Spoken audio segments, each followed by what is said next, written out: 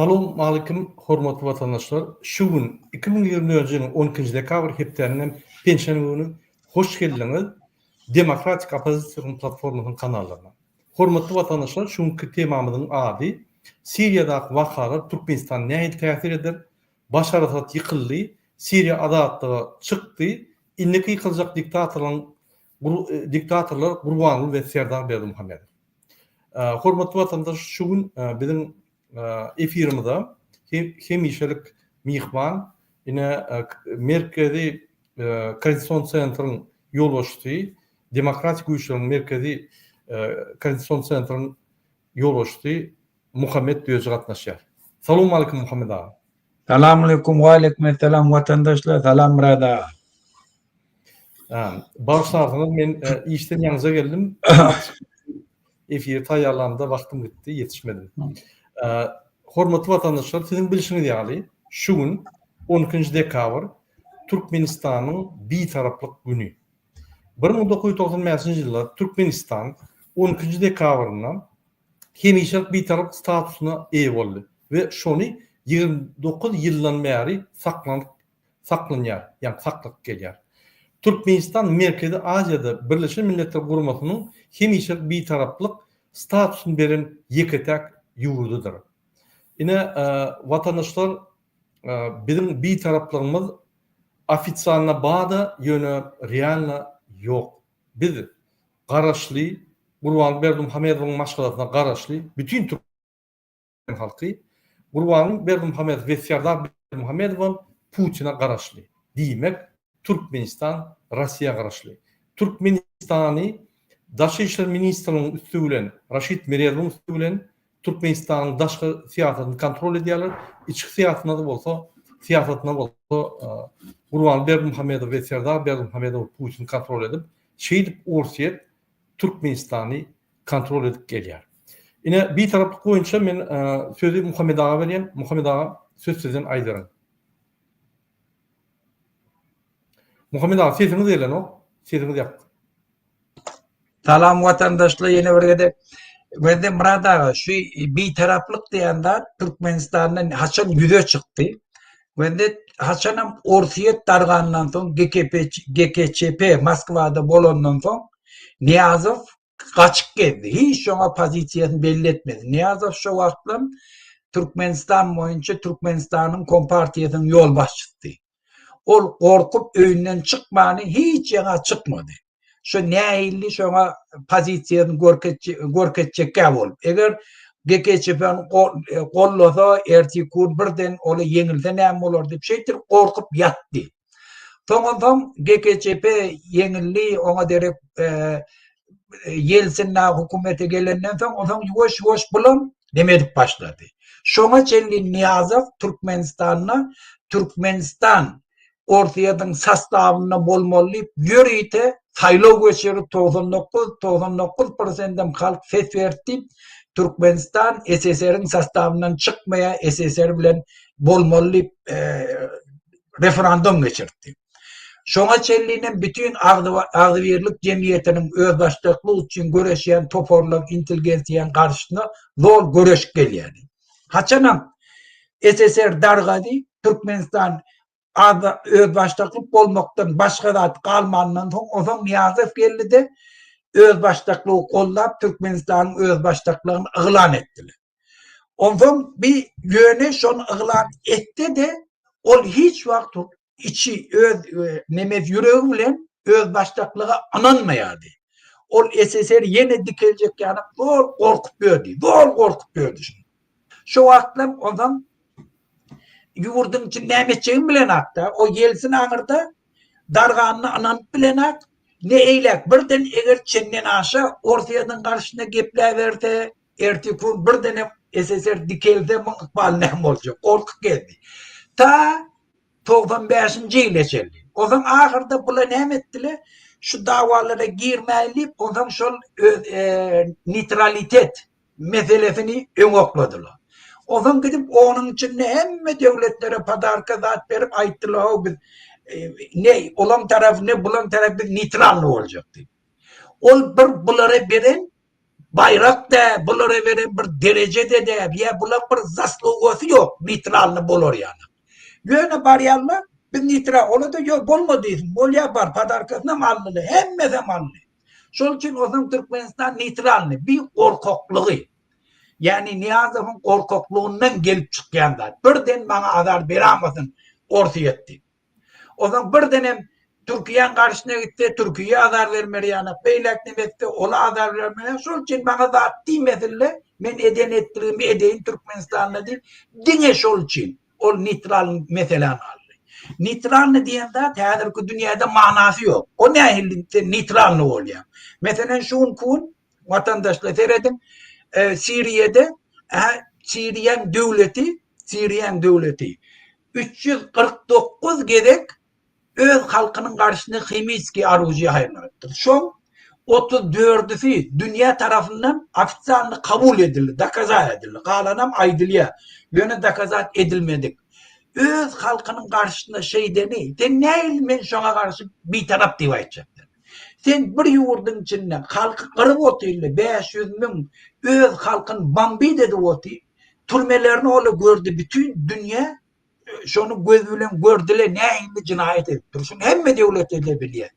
Anlayazık biz bir taraf şuna sesimiz çıkaramdak. Ya mesela İran'daki bolyan cinayetlere bir diye ben işim yok. Ben bir taraf diyecek oluyor. Ben anırda var bir namusçılık. Bulan diyen bir taraflığı. Bunun hiç manası yok dünya. Sen neyle bir taraf olmuş? İki devlet urşonuna konflikt bolonda men bir taraf diysen olur. Yönü o tane adam hukuklarının bolonda men bir taraf demeklik. Ol akmaklık, o korkakluk, ol binamuslık, bir vicdanlık. Mesela şu atlam Oğuzhan'ın içinde Türkmenleri kırsa men bir taraf deyip oturacak mı? Ya da İran'da Türkmenleri kırsalar Fars'la gelip sen bir taraf deyip oturacak mı? O bir namusçılık, bir vicdançılık. Ya Türkiye'nin halkını gelip mesela İran çolup da Türkiye'nin halkını kırıp başladı. Ne bir taraf diyecek. Şunun için bulan diyen bir tarafçılığı dine korkakluktan bana da demesin. Ben öz yurdumda ne meçhuk oldum bana da demesin deyip şuna demedi oturan adamlar. Başka hiç zaten ne.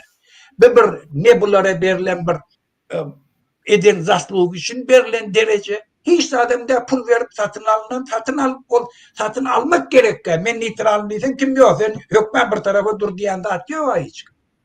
Şunun için bulan nitral diyen hiç. Şu neçelinem halka ağlak geliyor. Ay praznik deyip falan.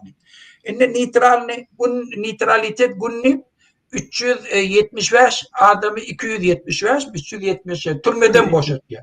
Ey haramdada sen türmen adamlardan dolu 375 ne olan hem var şu pul alıvet ya haramdada.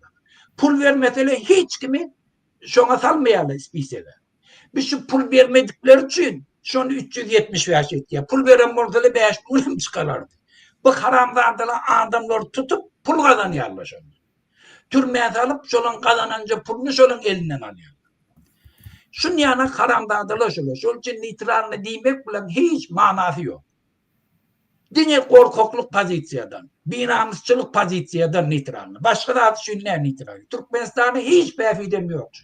Absolut hiç behfidem yok. Sen bir yurt gelip bütün dünya normatif boz, başka bir halkın nitral nizavismisten boz, çoğu otuka sen ne men nitral zat diyecek, diyecek. Ertikun sen üstüne şok dolu da şey diyorlar. Sen nitralitetin kim kollaya? Kim Türkmenistan nitralitetine garantiye veriyor? Ortaya çözmeli yani. Bir devlet ayıktın, eğer garant bolsa da, o Türkmenistan nitralitetine, men NATO, ya İran, ya falan, men garant şuna hiç da tipimler, şuna da tipimler, men bile uğraşıyor değilsin, onu bir diye. Yönümün garanti etken içim yok. Şu an Taliban'la gelip Türkmenistan'ın bir bölümünü alsa, nitral var ya ödükçe, kimsenin tarafında dur. Şunun için o kayıtın özünü izalıyla ödedi. Doğru. Sağ olun Muhammed abi. Bizim bu materiallarımız köp. Şunun için gıysa vereceğimiz qoğul oldu. Yine gattor ile yaklaştığımız misal için men Türkmenistan'da şu vaxtları şu yerde men yanlışmasam Barış Şıkmuradov'un ideyası nitralitet. Şol ideyanı Barış Şıkmuradov yani başladı. Sonra Niyaz özünü alıp men yankı nitralitet at verdim deyip doğrudan pul verip alınanda. Şoň üçin o neutralitet ýok bizde. Neutralitet ýöne kagyda hakykatdan biz Gurbanlyga garaşly, Gurban bilen Serdar bolsa Putin'e garaşly, biz Rossiýa garaşly. Dogry belläkeşdiňiz, eger Putin çotsa neutralitetiň hem beýlekiň hem işlenok hiç kim arkaňyda durmaýar. Kim garantiýa bolsun şu? Kim? Awa, mysal hökmüne ümit berin. Budapeşt memorandumy gol çekildi. Zelenskiy çykyp bir aýdan zady bar. Şu Budapeşt memorandum bir günem işläp bilmedi. Bir günem ýanky garantiýasy durmady ýa-da sebäbi Ukraina Budapeşt memorandumynyň esasyna ýanky öz başlyklygyny alanyna öz ýaderni ýaraglaryny Rossiýaga geçirip özü bez ýaderni döwlet ýanky boldy. Ve Rossiýa, Britaniýa, Amerika döwletleri ve Fransa şoňa garant boldular. Ýagny şu döwlede hiç kim çolmaz. Sebäbi ol öz ýaragyny, ýader ýaragyny ina Rossiýa geçirdi. Dünýäde ýader ýaraglar ýanky möçür kiçerli diýip ine şo netije geldiler bolýan gynansak da şol Budapeşt memorandumy boýunça şu döwletler garant bolup kellerini goýdular, ýanky Ukraina hiç kim çolmalylar. Çotsa öýleri garant hökmüne goşulmaly, halat etmeli. Ine Putin çoldy. Ola çol bilen ok, ola diňe ýara berýär, başgalar da bilen ok. Orta durup Putin'in wende ortaýadym ölüm garant bolmuş o. O öyle garant. Şoň üçin bu zatda dünýäde bir taraplyk diýmek ol elbetde egerde sen Ýewropa merkezinden bolsaň mümkin bir taraplyk bolup biler. Ýöne Merkezi Aziýada bir ýal döwletde, diktator döwletde bir ýam diktatora garaşly, bir ýam bir tarapda. Bir tarap döwlete beren ok, bir tarap halka berilýär. Halk döwletiň esasy ýanky organy bolýar. Egerde halkda bir taraplyk bolmasa, onda döwletde de bir taraplyk ýok. Şoň üçin biziň hemmämiz Putin'e bagly, gynansak da ine şoň üçin biz sizi adatlyga çağırýar. Biz adat bolmaly. Türkmenler elmidama adat bolupdyr. Kellesini ýokary aldyp ýöräpdirler. Eginlerini döýüşleri açyk ýöräpdirler. Hiç kimden gorkmaz. Ine biz häzirki günde iki sany gorkak, ganhoryň üstünde Putin'e degişli bagly bolup kaldyk. Muhammed ağa, inne ruhsat berseň Siriýa meselesine geçeliňmi? Sebäbi Siriýa meselesinde günne täze faktor çykýar bolýan. Biz onu aýtmaly sebäbi Türkmenistana bagly ýerler bar we täsiri bar. Şonu aýtmasak bolmaýar. Ruhsat berseň. Ine şol video ünsörtlerden bizde ýaman köp video bar. Men käbirlerini göküreýin. Ine täze Siriýada täze türme ýanky türme tapdylar. Olam ýapyk eken hemme ýeri. Ine ýanky azatlyk alan halk ulu türmeň içinde Seydnaýa diýip türme bar. Şu türmede bir topar kamera açdyryp, onun ýeriň aşagynda da kameralar bar eken ine adamlar tapdylar şoň üçin.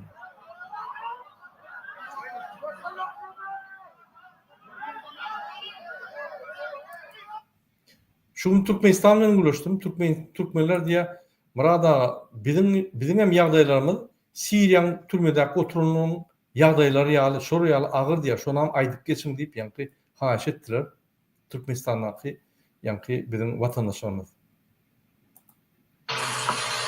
Ve ýeriň aşagyna tapdylar. Şunu gadyp alýarlar ýanky ýerine ýapýarlar. Şol adamlar halat etmek üçin.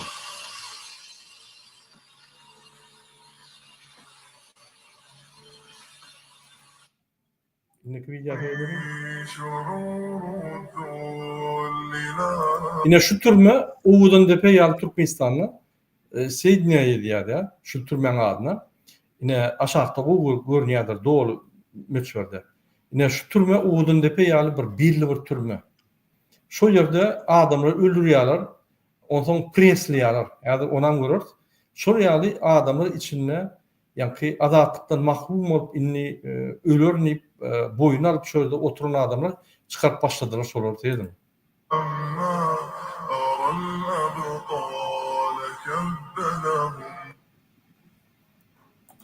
Böyle yanakta şeyler hapishanesi. Devam edeceğiz şimdi ama bakın size bir şey göstermek istiyorum. Burada çukurlar var, uyarılanlar var. Şimdi şöyle bakın, burada bir oda var. Ne olduğu belli değil. Gördüğünüz gibi işkence odası mıdır veya farklı bir nokta mıdır? İnanın bilmiyoruz. Şimdi o noktalar var ya, az önce gösterdik. Bakın oradan yine bir çukur açılmış gibi. Bunun sebebi şu.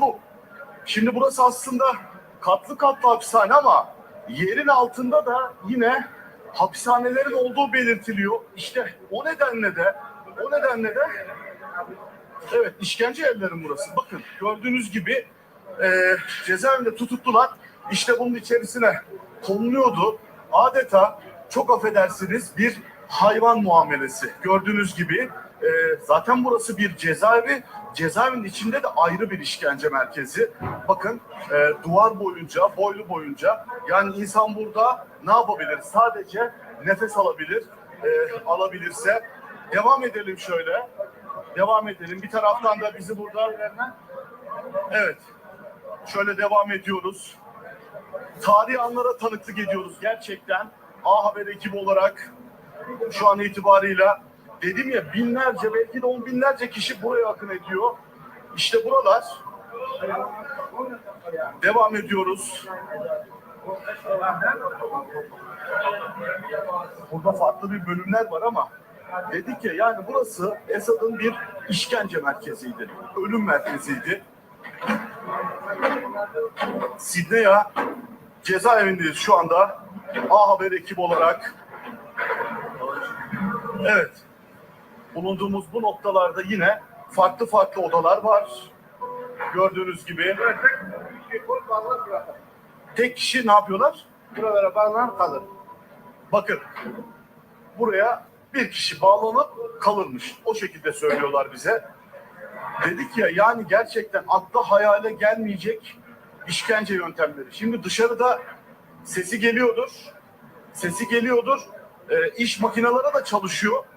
Dedik ya, yani yerin altında da, yine yerin altında da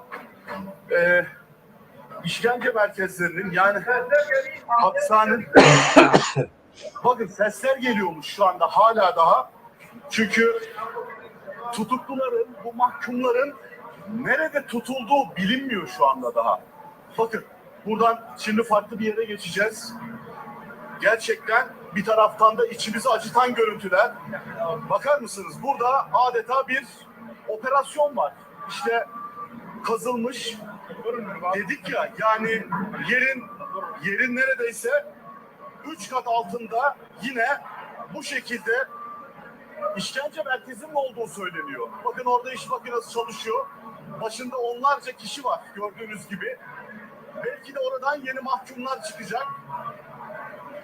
Yaklaşık 30 bin mahkumdan bahsediliyordu. Onların birçoğu salıverildi. Tabii yakınlarına kavuşanlar var. Gerçekten aklını yitirenler var. Bunun örnekleri ortaya çıkmıştı. Hatırlayacaksınız. 40 yıl aranın ardından dışarıya çıkan bir mahkum neden çıktığını merak ediyordu. Hatta Irak'ın devrik lideri Saddam Hüseyin'in Suriye'yi işgal ettiğini ve o nedenle hapishaneden çıkarıldığını düşünüyordu. Bu nedenle yani insanların akıl sağlığını yitirecek bir hapishane burası. Şam kent merkezine yaklaşık 30 kilometre uzaklıkta bir dağın başında, gerçekten oldukça şehir yaşamından izole edilmiş bir cezaevi burası. Bakın burada Burada. bir üst kata çıktık şimdi. Yine burada da şöyle bakalım. Bizi götürüyorlar. Burada muhalifler, görevliler. İşte bakar mısınız? Her bir taraf işkence merkezi burada. Tarihi anlara tanıklık ediyoruz. Burası farklı bir oda. Burası üst kata çıkıyor. Yine farklı farklı odalar. Gördüğünüz gibi ucu bucağı yok buranın. Ucu bucağı yok. Ne yazık ki tamamen insani koşullardan uzak. Burada mahkumiyetlerini geçiriyorlardı. Burası bu odada 200 kişi kalıyor. 300 kişi. Evet. Evet. 300 kişinin kaldığı oda ne diyorlar? Yani iyi mi? İyi mi? Güzel, bu 5 yıldız. Yani 5 yıldız düşünebiliyor musunuz? Yani bu odada 300 kişi kalıyor ve bu oldukça iyi bir şey. Yani tırnak içerisinde söylüyorum bunu. Oldukça iyi bir şey. Bir odada yaklaşık 300 kişinin kalması 5 yıldızlı bir otel konforu olarak söyleniyor. En azından buradaki görevliler tarafından, rejim karşıtları, muhalifler tarafından. İşte bu insanlar şimdi yakınlarını arıyor burada. Yakınlarını arıyor. Çünkü dedik ya on binlerce kişi buradan tahliye edildi. Şimdi içeride telefon yok. Dolayısıyla bu çıkan insanlar yakınlarına nasıl iletişim kuracak, nasıl ulaşacak? İşte Yine Muhammed Ağa, Ünsör'ün Fransızlar yine şu reportaj veriyor. Kakasının yankı nimetin cesedini yakıyorlar. Gördün mü? Şu Berdi Muhammed'in hem yancak vaadi şu. Bütün Berdi Muhammed terdan. Berdi Muhammed karamda teret. Sen şu an yalandan öğüne madar vuracak olma. Şey ittirip yakılardın. Bütün dünyanın önüne de tarihte de pazor olur. Halkın kahar edip gelse şeyle.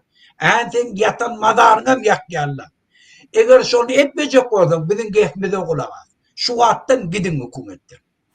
Öz madarını Türkmenistan'a edecek olup oturma. İran'la Şam Kakası'nın madarını tuvalete vurdu. Bunlar emet geldi. Halk kahar gazapta, halk şeyle. Şu atlam Başar Esed'in yegenini düğün attılar. Karındaşlarını atıp böyle. Yeke köylerine var şu atlam. Şol için fikir etmeyin. Siz şeyle tıpartın mukadi. Şu da atla şoları ulu tapak olmalı. Görün 54 yıldan sonra absolut nüfus eline değil. Akıllı mevler. Bir tuvara adam alınıp takma milyarlı. Dine övlerim oğurluk edene, teori nekleri de oğurluk edir yani. Bu haramda dine övleri. Onunla da halk şeyle. Muhammed Ağa, inniki videolardan yine şu Sednaya diyen türme, yani bizim ovadan depemiz yağlı. Ünsör'ün. Это военная тюрьма Седная в Сирии, самое зловещее учреждение режима Башара Асада, который пал несколько дней назад. До последнего момента здесь держали в заточении, пытали и казнили жестокими способами тысячи людей, которых режим Асада считал своими политическими противниками. Некоторые из них провели в заключении десятилетия, а другие в последний момент избежали казни, потому что повстанцы освободили узников. В этом видео, которое я, если честно, не рекомендую для просмотра людям с хрупкой психикой. Bizim yine eğer de sizin psihikanız qovuşak olsa, şu yaldat görürsünüz gelmese, ekranın başından gidin, size xahiş ediyor, ağır kadrlar görkülür. Я расскажу об истории этой тюрьмы и ее заключенных. Это поможет вам лучше понять суть режима Башара Асада, который до последнего дня поддерживало российское государство. Предупреждаю, в ролике есть описание физического и психологического насилия. На этих кадрах, снятых сразу после падения режима Асада, внутренности тюрьмы Седная, которая находится примерно в 30 километрах от Дамаска. Повстанцы ворвались в тюрьму. Oğuzuntepe de где-то 30-35 kilometr yankı Aktepe'de yerleşiyor. Охранники разбежались, Ашхабадтан освободители 30 принялись километров. открывать камеры и выпускать наружу заключенных. Многие из них поначалу не могли понять, что происходит, и не верили, что режим пал. Как пишет в своем репортаже Financial Times, некоторые заключенные были настолько изолированы информационно, что не знали ничего о происходящем на воле. Среди заключенных были те, кто попал в заключение еще при отце Башара Асада, Хафизе Асаде, который умер в 2000 году. И они... Yankı türmedeki oturun arasında entek Kakas'ın dövrününe türmeye düşen adamlar var.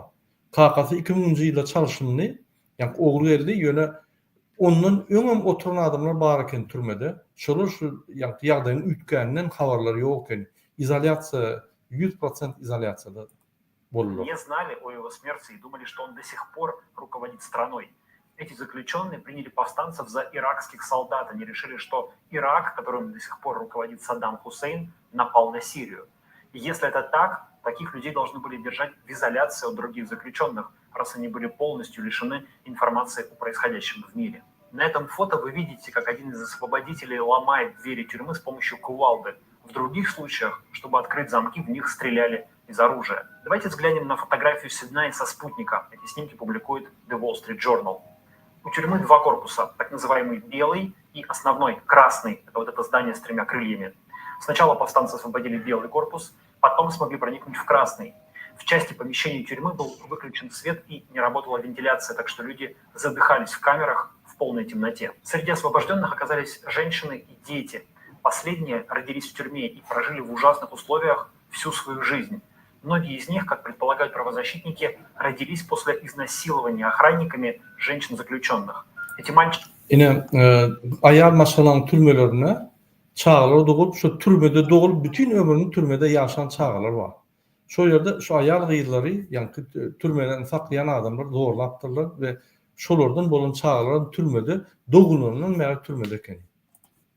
И девочки никогда не видели свободы и даже не знают, как выглядит реальный мир. После того, как стало известно об освобождении тюрьмы, тысячи родственников приехали к Сиднаю в надежде узнать что-нибудь о своих близких, которые могли содержаться в этой тюрьме. Люди надеются найти их живыми или получить хотя бы какую-то информацию о том, что стало с их родными. Но самые страшные находки ждали повстанцев впереди. Проникнув в красный корпус, они поняли, что под ним расположена подземная часть, где тоже содержатся заключенные. Подземная тюрьма уходила вниз на 3 или 4 этажа. Сквозь вентиляционное отверстие было слышно людей в нижних камерах, но попасть к ним было невозможно. Ağ tarafı, kızıl tarafı var ekenine, yani şu türmen, 3 yılda türmen, şu kızıl tarafına varanlarına, şu yerde, yani aşağı 3-4 etaj türmeler var ekeni. Yerin aşağına gidiyor. Şoları giyip bilmeyenlerler var, şu yerden sesleri yırttır adamlara. Двери на подземные этажи были закрыты компьютерной системой, взломать которую не получалось. Администрация тюрьмы эвакуировалась на вертолетах за несколько часов до того, как туда ворвались повстанцы. И... Şol aşağı giden türmelerin kapıları kompüterden bağlantılar açılmadı yani. Türmen administrasyası 3-4 saat ön yankı azatlığa çıkaran adamlar gelince vertolyotı kaçkılıptırlar. Некому было открыть двери. Тогда освободители принялись ломать бетонные стены и проделывать отверстия в перекрытиях, чтобы добраться до нижних этажей тюрьмы. Через вентиляционные трубы узники передавали, что у них нет света, воды и еды. В конце концов, стены и люки удалось сломать с помощью ломов и домкратов и освободить узников из подземной тюрьмы. Вчера вечером, 9 декабря, поисково-спасательная операция в тюрьме была завершена. Вот так выглядела одна из камер в надземной части тюрьмы. Условия здесь еще можно назвать хорошими. У людей был свет и свежий воздух, который мог поступать через окно. Тюрьма Сиднея начала работать в 1987 году. Она рассчитана по 20 тысяч заключенных. Правозащитники хорошо знали об этом объекте от тех заключенных, кто освободился или сбежал, дав взятку охранникам. В 2014 году на Западе был опубликован так называемый отчет Цезаря, основанный на 55 тысячах снимков, которые смог вывести из Сирии фотограф-криминалист, работавший в сирийской военной... Şu yerde, şu türmede 10 ölmüş bu adam saklanıptır da. Katı, iyi bir ağır yağdayda, yani cinayetçilerin ağır yağdayda saklanan türmesi, o yerde de cinayetçiler değerli, şu Başar Asad'ın düşmanları türmede saklanıyor. Benimle yeni olarak Allah Murat Rahimov'u dönecek olayan, siz Putin'i olayan, yine Putin şu dağıtları korlap, saklap, şu durumu yani gorak geliyor, şu durumu ediyorum. Şunun için siz ideyanız çalışmasanız, yine siz onunla zulmü koruyan adam olacaksınız. Ünferin, şu adam türmeden çıktı, yani adamın içine değerler çıkıyorlar, değerli olacak. Bolmasa yaş oğlum.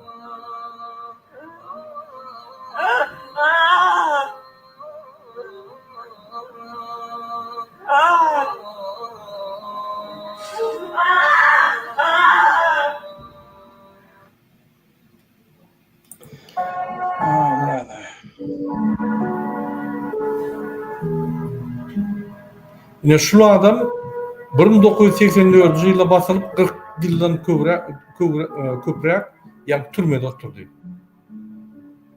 Bileyim ne için öyle? Şu Ne Halep şehri bambid etmendi. Bambid ettiğinde men halkın Ha. bambid edecek diye. Şol için mat yani. Dege şol için. Ofisör. Yöneyni şlo geroy. Şlo geroyni. Yöne başarasat ahan halkın düğünü, binamız, bir vicdan, tarihte en erved adamla olup gidiyor. Bu olsa bütün tohmuşun oku olup gidiyor. Men halkın bambid etmedi. 40 yılların türmede oturdu. Şuna pamitlik kurur. Tamam. Muhammed Ağa ene seret katı güýçli sözler aýdýar, ýani Siriýanyň oğlanjygy. Тот сирийский мальчик, который сказал перед смертью: "Я всё расскажу Аллаху". Şul ýani Siriýada ölen bir kizji oğlan ölmäkä şey diýipdir. Men hemmelerde Allah'ma aýdaryn diýip ýani bok geçen dağıtdyry. Men şurýaly kadrlarma, şurýaly ölen o adamlarma ýaş olanlar.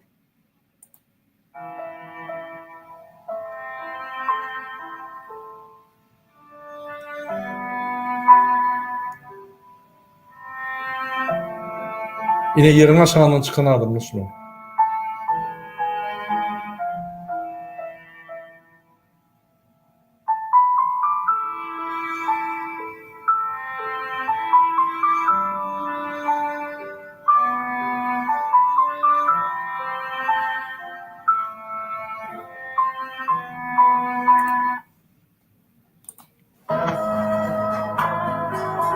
Yine öýlerine gelýärler.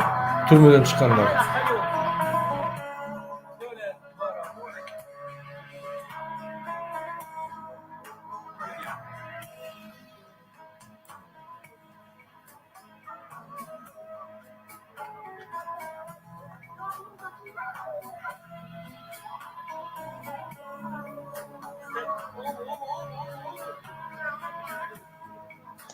Murat Ağa şu bizim halkımızda bir şeyle şu an türmelerde yatanları var da. İnşallah oluran çıkarar. Türmelerde oturan, bir güne oturan adamın hemen çıkarar.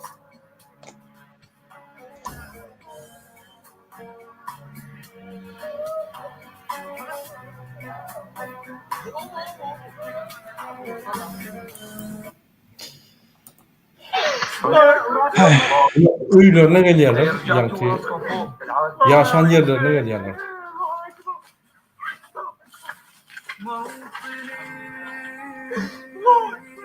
Yine adatlygyna ýetişdirýär. Muhammed Ağa.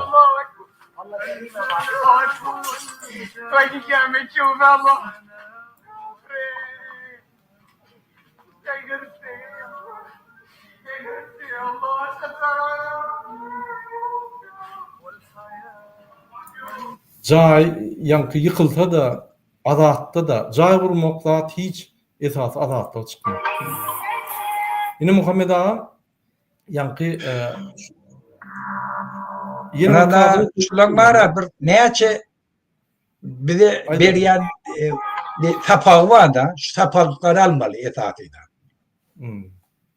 Gönde aydın söz söze. Dur bilemek burada. Yüreğim ağrıyor da. Şu gönde bizim türmelerimizde Murat Ağa gönde bereket egerine mınnan ervet. Bereket egerine mınnan. Men bollum, men gördüm buruşlar. Men adı bir can yönü bollum da. O neme doğuluğun şayatlarının bar zaten eşit bardı. Havanı sat yalla içinde diye binamız başım. O ayarları zorlamak ve etmek, onu hiç izinden gelen adamları nasıl edip içine salıyor. Çörek veren akla, iyiyse ağaç sakla. Bir taraf, belli mi? İkinci taraf, Türkmenistan kalkıp 6 milyon nasıl var, 6 milyon. 100.000'den köp şu ta türmede yatanlı var, şu atlam yatanlı. Anne şu yani 100.000, 5 milyon, 100.000'e böyle nece? Yani her 5 adamdan bir türmede yatıydı. Şimdi 50 adamdan bir. Gönde şu öyle her yıl çalışıp duruyor. Yani türmeye düşmedik, maşgala yok. Bir ağzası şu türmeye düşüyor. Şu da şu yani şuları koysa yani. Şunun bir mekanizm bilemem için, halkı korkuda saklamak için. Onun günahı var, varlık için basan akla. halkı terbiyelemek için, korkuyun yüreğine salmak için türmeler şeyle taklayan. Yoksa o yana yurdun içinde cinayet bulmalı. Sen bir litre, bir kanister benzin oğurladın deyip durmaya tapıyan. Branşları $10 pulanın deyip durmaya batıyan. Polisiyaları $20 pulanın deyip durmaya batıyan. Ya bir tane daydani köşede sen bir kanun falan tattın deyip durmaya batıyan. İşlenlik zaten adamları durmaya batıyla. Ne için? Korkuyunu yüreğine salmak için. Dine şu mekanizmi için türmele var Türkmenistan. Türmet ol asobi cinayetkarları izolere edil diye niyet bilen ne? Halkı korkutmak için. Şol için iyiydi giderli türmeye batıyarlı adamlar. Inni bir kaptır. Şol için var hemen Türkmenistan'la hem mesnayı çok oluyor. Şu da bizim hem bizim önümüzdeki bağırda. Şol için biz şun kun ketimiz çıkarmak mı? Türmelerin yardayını düzeltmemiz yani geleceğimizde birden birimiz, bizim başkalarımız birim yanlışlıkla türmeye düşüyorlar de şun yana kösenmesinler. Şolara adar verilmesin. Biz şoları koruyor. İkinciden şun eğer sesimizi çıkarsam şu tadaki yatan adamların yardayını kovup biliyor. Münlerçesini boşadıp biliyor. Türkmenistan'ın suç sistematının kanunçuluğu getirip biliyor. Şol için şu zatları biz hükmen aydıp durmalı. Şu bizim meselemiz şun kun. Hemen bizim meselemiz. Şun yani 21. asırda ne şeyle bulmalı. Dünya boyunca normatif var. Yazılan hem devletlerde boyun olacak deyip sonra kol çekerli hem. Yani Türkmen devleti sonra boyun mu olana? Ortaya yani ve de Başar Esad şun yani Türkmen takla oturanı bilip otu. Dünyanın yüzünde şun karşısına ne mi çare verecek oldu? Kollayan kim şunu? Putin. Onu kollaya, o da onu kollaya. Şun karşısına çare gördürene. Dünyanın davasının üstünde bir tofor diktatör devletli edenetliğini edecek, halkın koşacak, baylığın oğurlayacaklar. Beyleki devletleri de şuna da ettimeler. Şun arasındaki dava şunun. Şol için biz hayır tarafta durmalılığımız belli etmeli. Biz şu diktatörlere karşı görüşmeli. Öz yurdumuz azat ettik. O zaman beyleki devletlerde de şun yanak bolor yanağını talep etmeli. Şol için nitranlı diyenin manası yok yani şu. Sen komşu yurdunda öz halkın kötü sen ne ettirip öz yurdunda yaşayacak. Vicdanlı yaşayacak. Eğer sen öz şol azatlığın garantili verecek olsa o yurtta da şun yani azatlık olsa biz öz azatlığımızın garantili verecek. Birini değişti. Şol için biz hem yerde halkın kanunçulukta, azatlıkta adam hukukları deklarasyonu doğru yerini yetirlerini talep etmeli olmalı. Üçüncü ştada aytacaklı adam hükümetin içindeki işleyenler. Gözde şu türmede adamla işlendir. Şöyle de 40 yıllar, 50 yıllar şu adamlara azar verip geliyor. Görün gözde şöyle azar, şöyle fikir etmeyendirler. Ertesi gün ben cevap veririm. Ola kaçık gidiptirler. Eğer kaçık gittiği o bile kurtardığı da, sıttığı da. Germanya'da bir tane ofiseri şu türmede işleyenini Suudi'de oturuyor. 12 yıl verdiler ne mi? Gelenin derru şu azar veren adamlar ardaya diye de tutturuyorlar. Şu atla hem yerde bakavarlar. Görseniz taf bilersiniz. Mesela şöyle de kaçıp bir yurda gitmeler mi? Hayfi yurda gidersin. Her ki gelen devlet şoları yine tavsırmağını talep eder. Öyle nerede yaşayabilir mi? Hiç yerde yaşayabilmeyecek. Ölüyen çeleğini korkuk gelmiyor. Şol halkın karşısına cinayet eden adamlar inni bütün ömür korkuk gelmeli. O faşistten korkuk geç yani. Bütün ömrü başka pasportal giyge tok oylum içinde yaşa. Bula da şunu yanak yaşayabilirler. Yani 21. asırda inni 10 yanak hem yaşap bulunur. Hem de daha çal taf oluyor. Şu an Suriye devleti kuruldu. Normalini gitti. Birinci edecek daha şu. Kim halkının karşısında cinayet eden olsa şolara bağışlamıyor. Öğüleri gelip nemette. Eğer kömek etselerdi ki devleti onun mümkün köp günahlarından geçerler. Böyle şu cinayetler eden adamlara eyyam abyavi demettiler. Facebook'daki işleyenlere hem birini suud ederdi. Yöne armiye hükümetteki işleyenler hem birini aittiler. Gelin hükümet Nimetin üpçünçülük edin, täze kanun bilen işler verin dediler. Şu an aydınlatları. Men näme diyecek bolan hükümetin içindeki işleri. Şu günümüz hemişelik bu kadar fikir etme. Şunu berip yadınızda saklayın. Aha Suriye uruğu şütüde. Siz eğer öz ıkbalını haramdada bağlamayacak bolsanız, halkın karşısında cinayet etme. Türmelerde pul alıp adamlar vurup azar verme. Şu da özünüze kaydar. Bula kaçar. Başar Esed 35 milyon dolar sizin pulunuz oğurlar Moskva gitti. Vatanını taşla. Halkının düşmanı. 35 milyon milyar dolarını oğurlak gitti. Gödevine getir. Özüne manas. Samolyotunu İsrail'in üstünden geçirecek olup İsrail'in Suriye'nin içindeki bazı obyektlerin proyektini veriptir. İsrail'e bambid etti. Gör bu haramdadan ne eğildi. Inni kim yurdunun düşmanı? Şu diktatörle mi? Ya şuna karşı göreşiyerle mi? Ola bütün ömür ehleke şu halk düşmanı tümden içinde vurdurandır olur. Şol haramdadılar. Şol için men hükümetin içindeki işlerler aytıyor. Hükmen bir gün cevap verecektir. Kur'an-ı Kerim'de de söz veriyen cehennem doğduk diyen şu. Şun yanak adamları ondan doğduk oluyor. Hemişelik doğduk oluyor. Halkın karşısına gittik, hemişe doğdukta olursun. Şuna fikir edip oturma. Ola Başar Esed'in kakasını cayladılar. Ola turatını gördü. Hani cayla milyar pul çıktı cedip. Ola yaktılar. Üstünden tuvalete vurdular. Ha o ne mi? Ne mi oldu? Bu akmakla düşünmeli. Ferdar şuna düşünmeli. Ferdar şun kun. Men hemiş aytyan Ferdar. Ferdar. Tene enni yaş. Fikir etmeden ha yine 5 yıl 10 yıl Türkmenistan'da oturalım kadim. Mümkün ne o? Mümkün ne?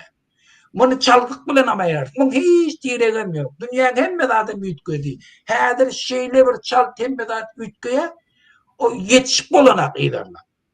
İran hükümeti fikretmeydi. Suriye'ni eline verirdi. Sebebi 70 milyar dolar çıktı ciddi. Başar Esed taklayacak. İçinde armiye vurdu. Bayanlı bazılarını vurdu. Hem adım kontrol ettiğin İran'da şu atlam hem anları şu otelle şeyle. Dün Khamenei gelip çıkış edip ne mi diyeceğini bilen. İnni Moğollarla ne mi deyip başladı.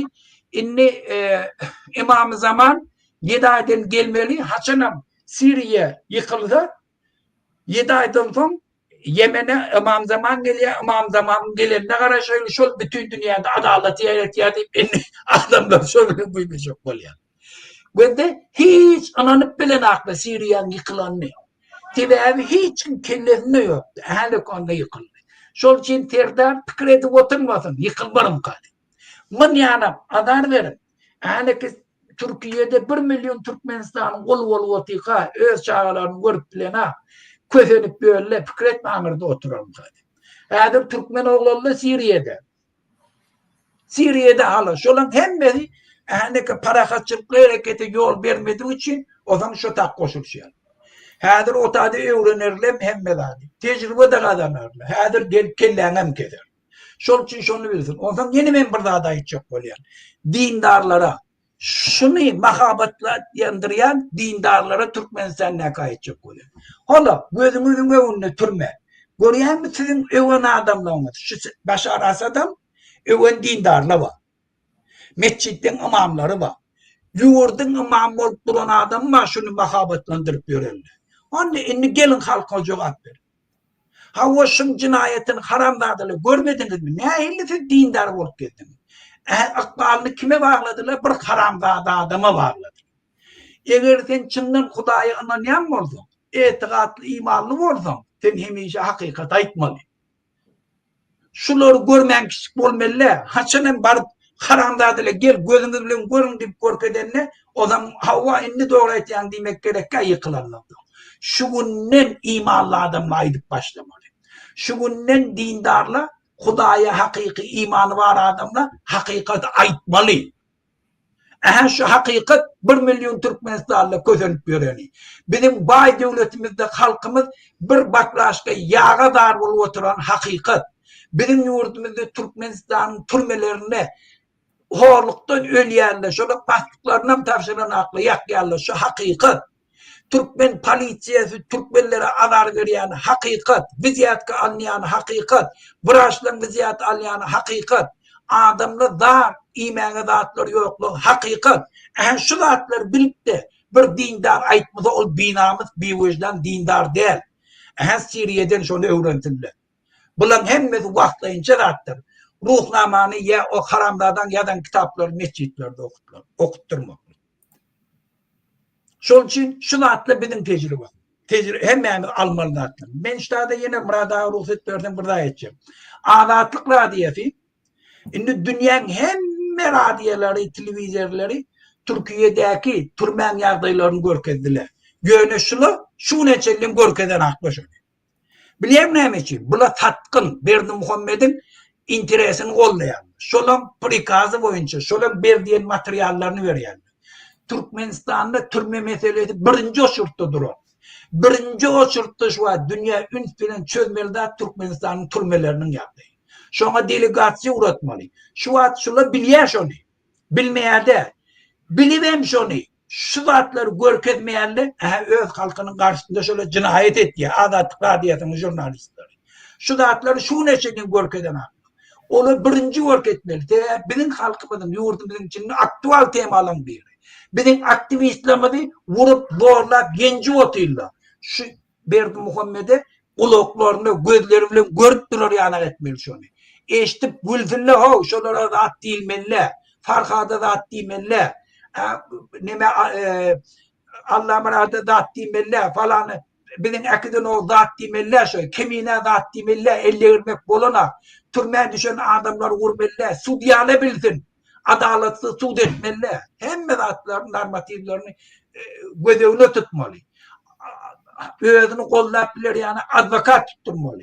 Bir kanun yukarıdan bir ruhlan sud etmeli. Şunları şöyle bilir yani azatlıkla diye aydıp durmalı. Yöne şu neçelliğin koyunak. Doğru diýen Muhammed ağa. Yeni bir kadra seyredelim men şunu ýürütüge gözek goýan seyredin nähil zulüm ýa-da Siriýada ünsörün. Yine ünsörüm şunu şu ýerde ine şul pres, ýürüte pres adamlar şoňa taşlap pres bilen nime diýerler de myjygyny çykarýarlar ýa-da geçedini. Ine ünsörün vatandaşlar akylyna geljekler şu. Ine şu ýerde adamlar asýarlar. Şüpler bilen asyalar da yankı prese eltip pres bilen adamlar presliýarlar. Ünsörüm. Yankı gömme diýal nimetmedi presliýarlar ondan zıp goýberler. Ne de musulman näşin? Şu musulman ahurla da şulary gollaýar. Indi şu Başar Asad'ı kim gollayan bolsa ine men düşündürýän näme zulüm. Şu ýa zulüm dünýäde ýokdur. Diňe Türkmenistanda var. Şoň üçin Türkmenistanyň tiýden ýagdaýy ýa-ni çözüler. Sebebi hemme hatlar ýazyp aýdyp gepleşikler geçirip aýdyp dur. Ine ýeni olarak ýatda diýen Türkmenistanyň şuň ýa-ni zulüm geçirip durkan maňajan etdiler. Murada hökman bizim türmelerimizden ýagdaýlaryny aýt. Şolonkydan kemdäl. Oğudan depe dagy türme ýa-ni 70-80 santimetr boýly adamlar egilip gezerýär ýürüýte. Bu ýaly hiç ýerde ýok. Adamlar egilip türmede gezerýärli. Şoň ýanky nefsine degerýärli adam. Sebebi hobu jenaýat iş etdi. Dogry. Ine sen onu izaliýy edýär. Ine şolum ýeterlik şo jenaýat ýydy şol. Ondan beter sen muny urup preslap, öldürüp oğudun nepedagy näýli gurun oğlany gurun ýadylar. Orta ýanky ýygynak edip salýarlar, urup öldürýärler. Ýygynak geçip durýan adamlar sanap söýýärler, urýarlar. Ölen adam ýanky son kamera salýarlar. Ölen şol maslagy bagyşlan bolýan, jesedi çüräp, aýlap şo ýerde siňek basyp dur. Aýran oklar beýlekler gorkular ýaly. Şondan türmeden çykan adamlar ay mene ýanky doglukdan çykdym, indi dogluga giredim gelmek diýerler. Men ýene bir gedek türmedäki nadiratorlara, türmen başlygy, türmedäki o spetsnazydy, hiç tarafy yaramayan izolatorda oturan adamlar giyip urýarlar, gahrman boljak bolup. Ol ýaly etmeň, öz halkyny gyrmaň. Anaň biz barar, bir-birden siz jenaýat çağırar. Bir-birden üstüňe arzalar ýazylar. Biz arzalara jogap bermeli bolýar. Emheme işgärlerini aýdýan. bir-birden sizi tutar, bir-birden. Häzirden halkynda ýa-ni tarapyna geçip sypaçylyk edip halky ýa-ni azar bermän rejime de howu diýip sabotaj etseňiz, onda siz gahrman bolarsyňyz. Eger şonu etmän ýa-ni näme garşy halka garşy görüşip dursaňyz, bir-birden tutup alarsyz. Men gönaýdym. Murada. Biz häzir gurbanlygyň işini görürüz. Soň serdar dogunarnaşlar bilen. Soň size yapışar. Bir wada Murada, biz häzir çynymyzy etdik bara. Bu hukumetin yıkılmalarından önce de şolar cinayeti işe çekilirler. Ve hiç kıyınçılığı yok. Ve de Gellikari bütün bir doğru vakti türmede geçirdi. Men bir ay oldum. Siz olsun ne deyin. Ve de men sividitil, men yazıban verdim onu. Onunla bak. Tapmacak olsunlar ben hemen bolunda atları yazdım. Siz onun başlığını türmeye de baktırdım. Ve de ulan men özüm eder. İnni. Ak Muhammed Bayhanov ba türmede olur. Bir derek türmede yatar. O Barış Muradov'un oğlu ba. Neme ba Taparağa. Şulan hemme türmede bolurlar hemmesi var ha. Bir gün onun önüne gelip şu tahta yattık mı? Gitmeyeni. Barlan Türkmenistan'ı. Bereket ederini hemmesin türmeye batıyor. Türmeyen yardayla büyük götürüyor. Bereket ederini diyor. Dünya şu tahtan gitmeliler. Bollu gidecek gibi. Bar bollu örgünle ölü oldu. Ne mi? Hükmen revolüsiyon olup ne için mi adam kırılanlar da gidip barılacak mıdır? Cinayet işini kaldıracak. Ya şu ne edecek? O ne mi cevap versin şu? Yok biz etmeliydin mi? Bizi kovsun mu? Bizi ne mi? Onu da öptürmez. Ne kadar et ya? Bu hiç adem etmeye. Biz barıp oturmalı şu da. Dine kalsın önüne oturmalı. Hiç adem edip mi? Ta şu ta delegasyon gittiğince şu türmelerden video kamera bile bizi iyi veriyince biz hiç yava gidecek. Bereket ederine hem da kasem içer. Şu da bolya etmeli dine. Dine Gellikariz gelmeli, ben barmalı, Ak Muhammed barmalı falan mı? Bir 20-30 şu da çadır urup da oturmalı. Başarsa etmesinler. Başarı şuna mı edersin? Yok ben mi edersin? Bir de izne düşmüyor mu şu atlar gepleşik geçirir. Yok ben mi edersin? Şunun için o haramlardan arkayı mort vermez diyecek olyan hemen. Şu Suudi'den adamlar. Ben de şu Sancar vakası var ya. On yanak basılmalı. Ne ola adam? O tane adam öyle ha. Onları gelip on yanak ceza vermek boluna. Her burada da raznemerle. Sen burada adam öldüren olsa onda bol ya. Öldürmedik olsa. O neyle sen ona 20 yıl bütün ömür türmede yatırıp mahkını verecek. Neymiş? On yanak yok. O 1 yıl 2 yıl bol ya. O parlamentin ağzında barıttırılır. Hem için onlar tohum tecrübelerini dargıtmalı. Şunlar da var ya bir yem edilmeli. Yani bunu Ors diplomatlarının oyununa düşenler. Dudağına düşen şunu.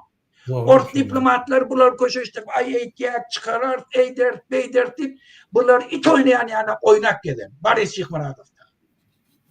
Yoksa şol pulu vazadı da var bilmeyen onun önünde ne yatı bilmeyen şurada. Doğru. Doğru diýär Muhammed ağa. Ine men size gönaýdyn. 40 ýyldan gowrak Başar Asadyň türmesine, iň agyr türmesine oturup diýir çykýar. Ular Sancar nemesi diýip, ýa-ni adamlar basýar, hemmesi ýitdi şo ýerde. Öldürüli. 20 ýyl oturmak diýmek öldürilmekden ho. 20 ýyl oturýar, çykýar, jerahatyny aldy.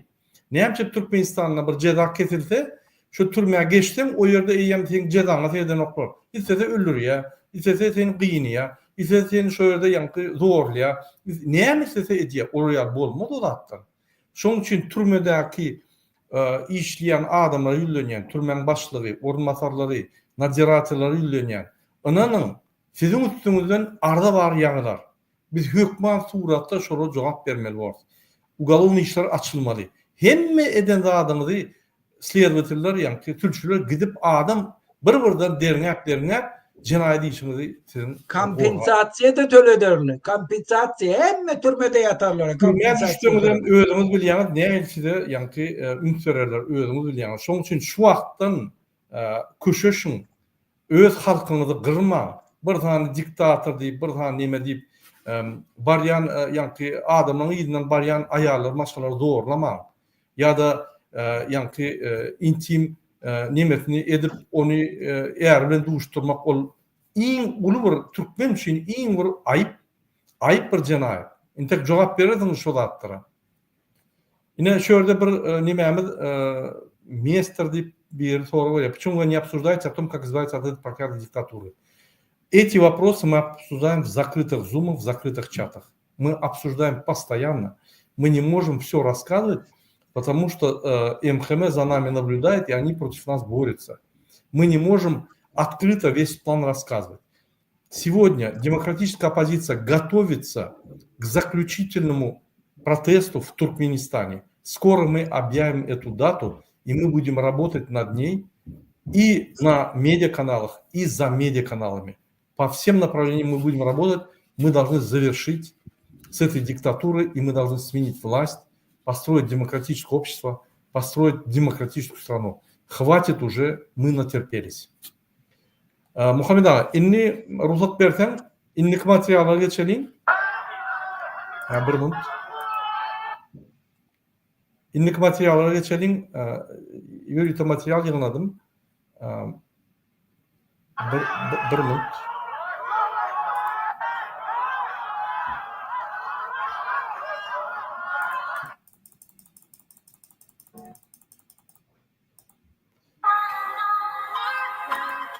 Bir minut.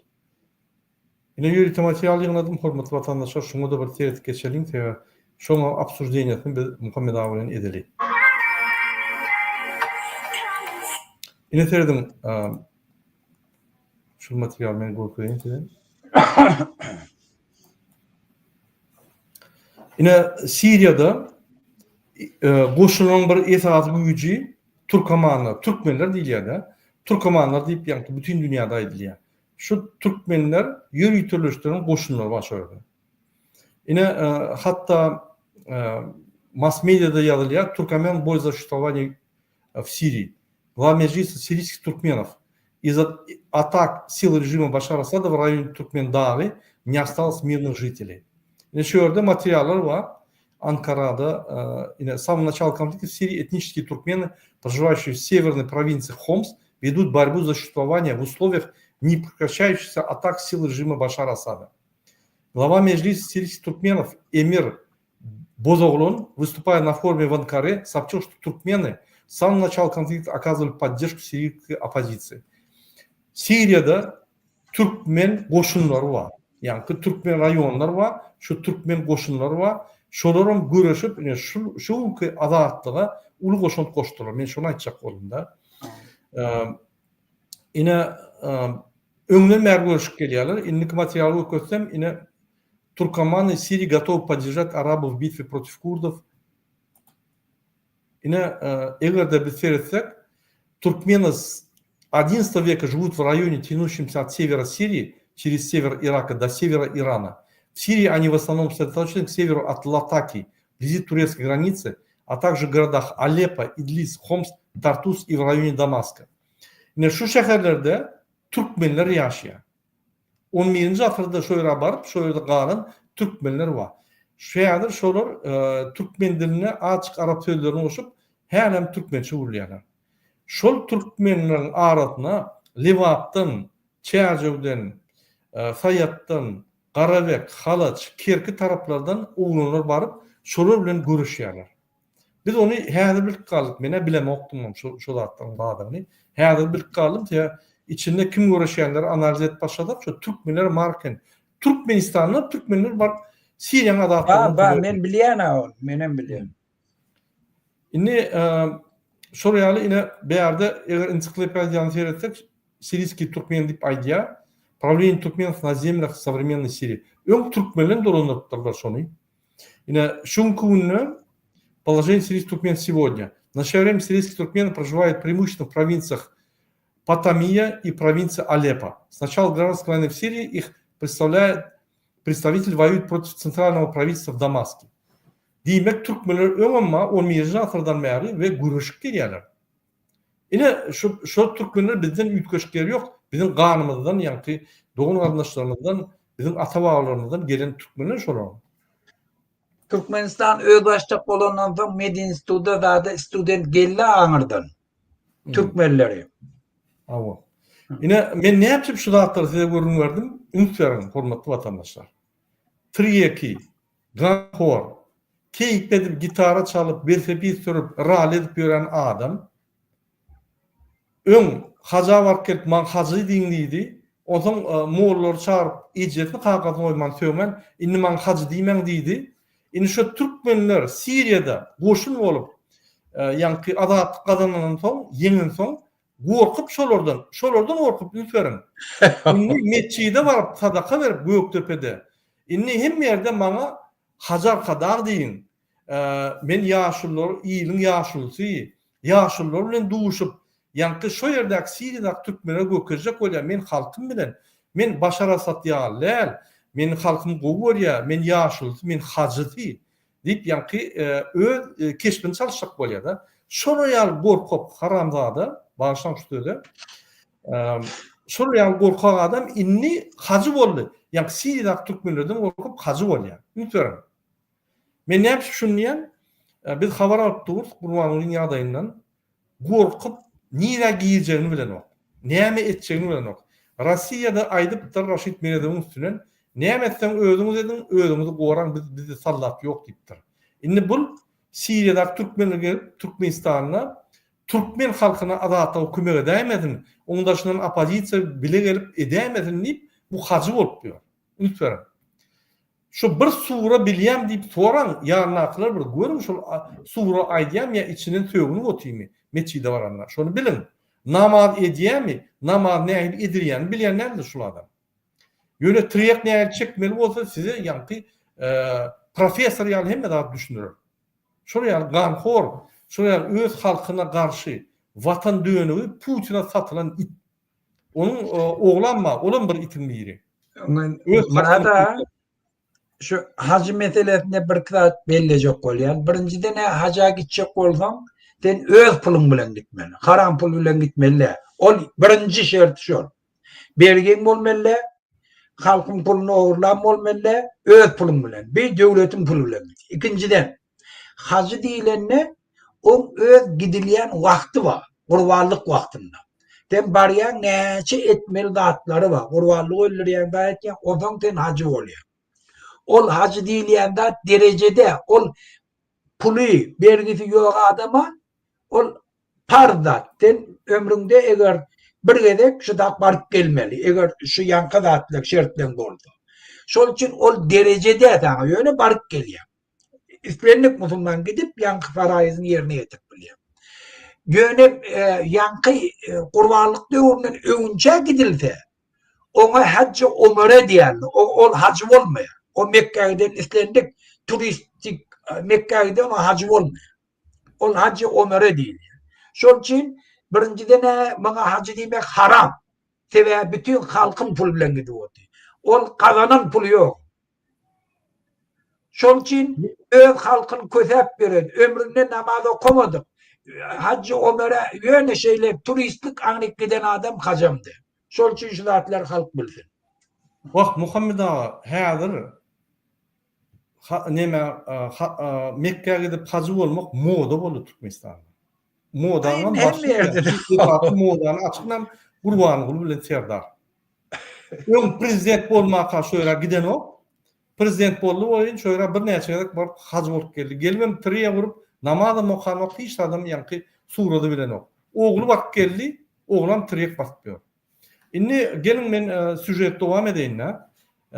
Ünsörün Siriýada Türkmenlerden opozisiýadan gorkup indi halka ýakynlaşdyrýan diýip ýanky bütün dünýäni alacak bolup bu sadaka berýär. Ünsörün. Häzir men size başga bir videony görkezeyim.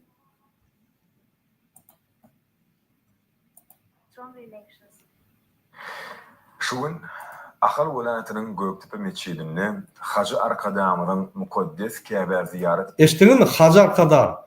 Şundan bir 15 gün ýylyny serdiň watan programyny Hacı Arkadam däldir. Gahrman Arkadam. Budan Hacı Arkadam bolar ýa Siriýada zat türküde. Eğer Putin utsa Ukrainany bu ýanky uwajaýmy Gurbanyň Berdimuhammedow bolar.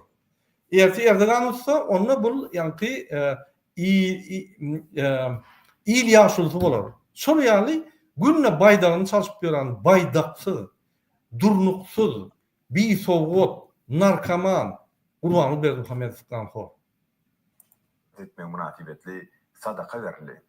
Onu Gahrman Hacı arkadagly Gahrman Hacı serdarymyz bilen birleşdik. Yankı dermi diýerler. İki hacı Ünfer, iki hacı Türkmenistan'da olundur ya. İki hacı Türkmenistan'da meçhitlerde Kur'an okunmalı ýaly. Dine Kur'anyň kitaplary okunmaly ýaly.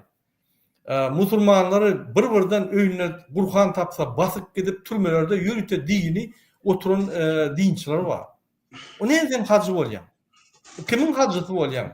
Öz garnaşynyň hacısı bolýan. Mekke'ye gidip hacada öz garnaşynyň hacısı bolýan sen. Musulmanyň hacısı diýerler sen.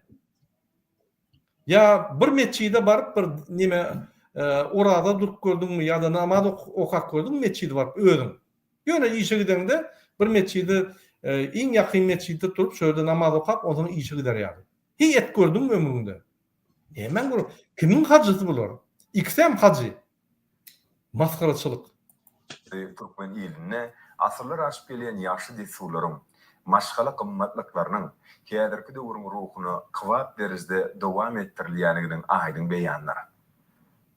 Gaýgasy bederlerimizden bir karar eden diýip Enelerden iksan hacı bronirowany maşinine gelýär.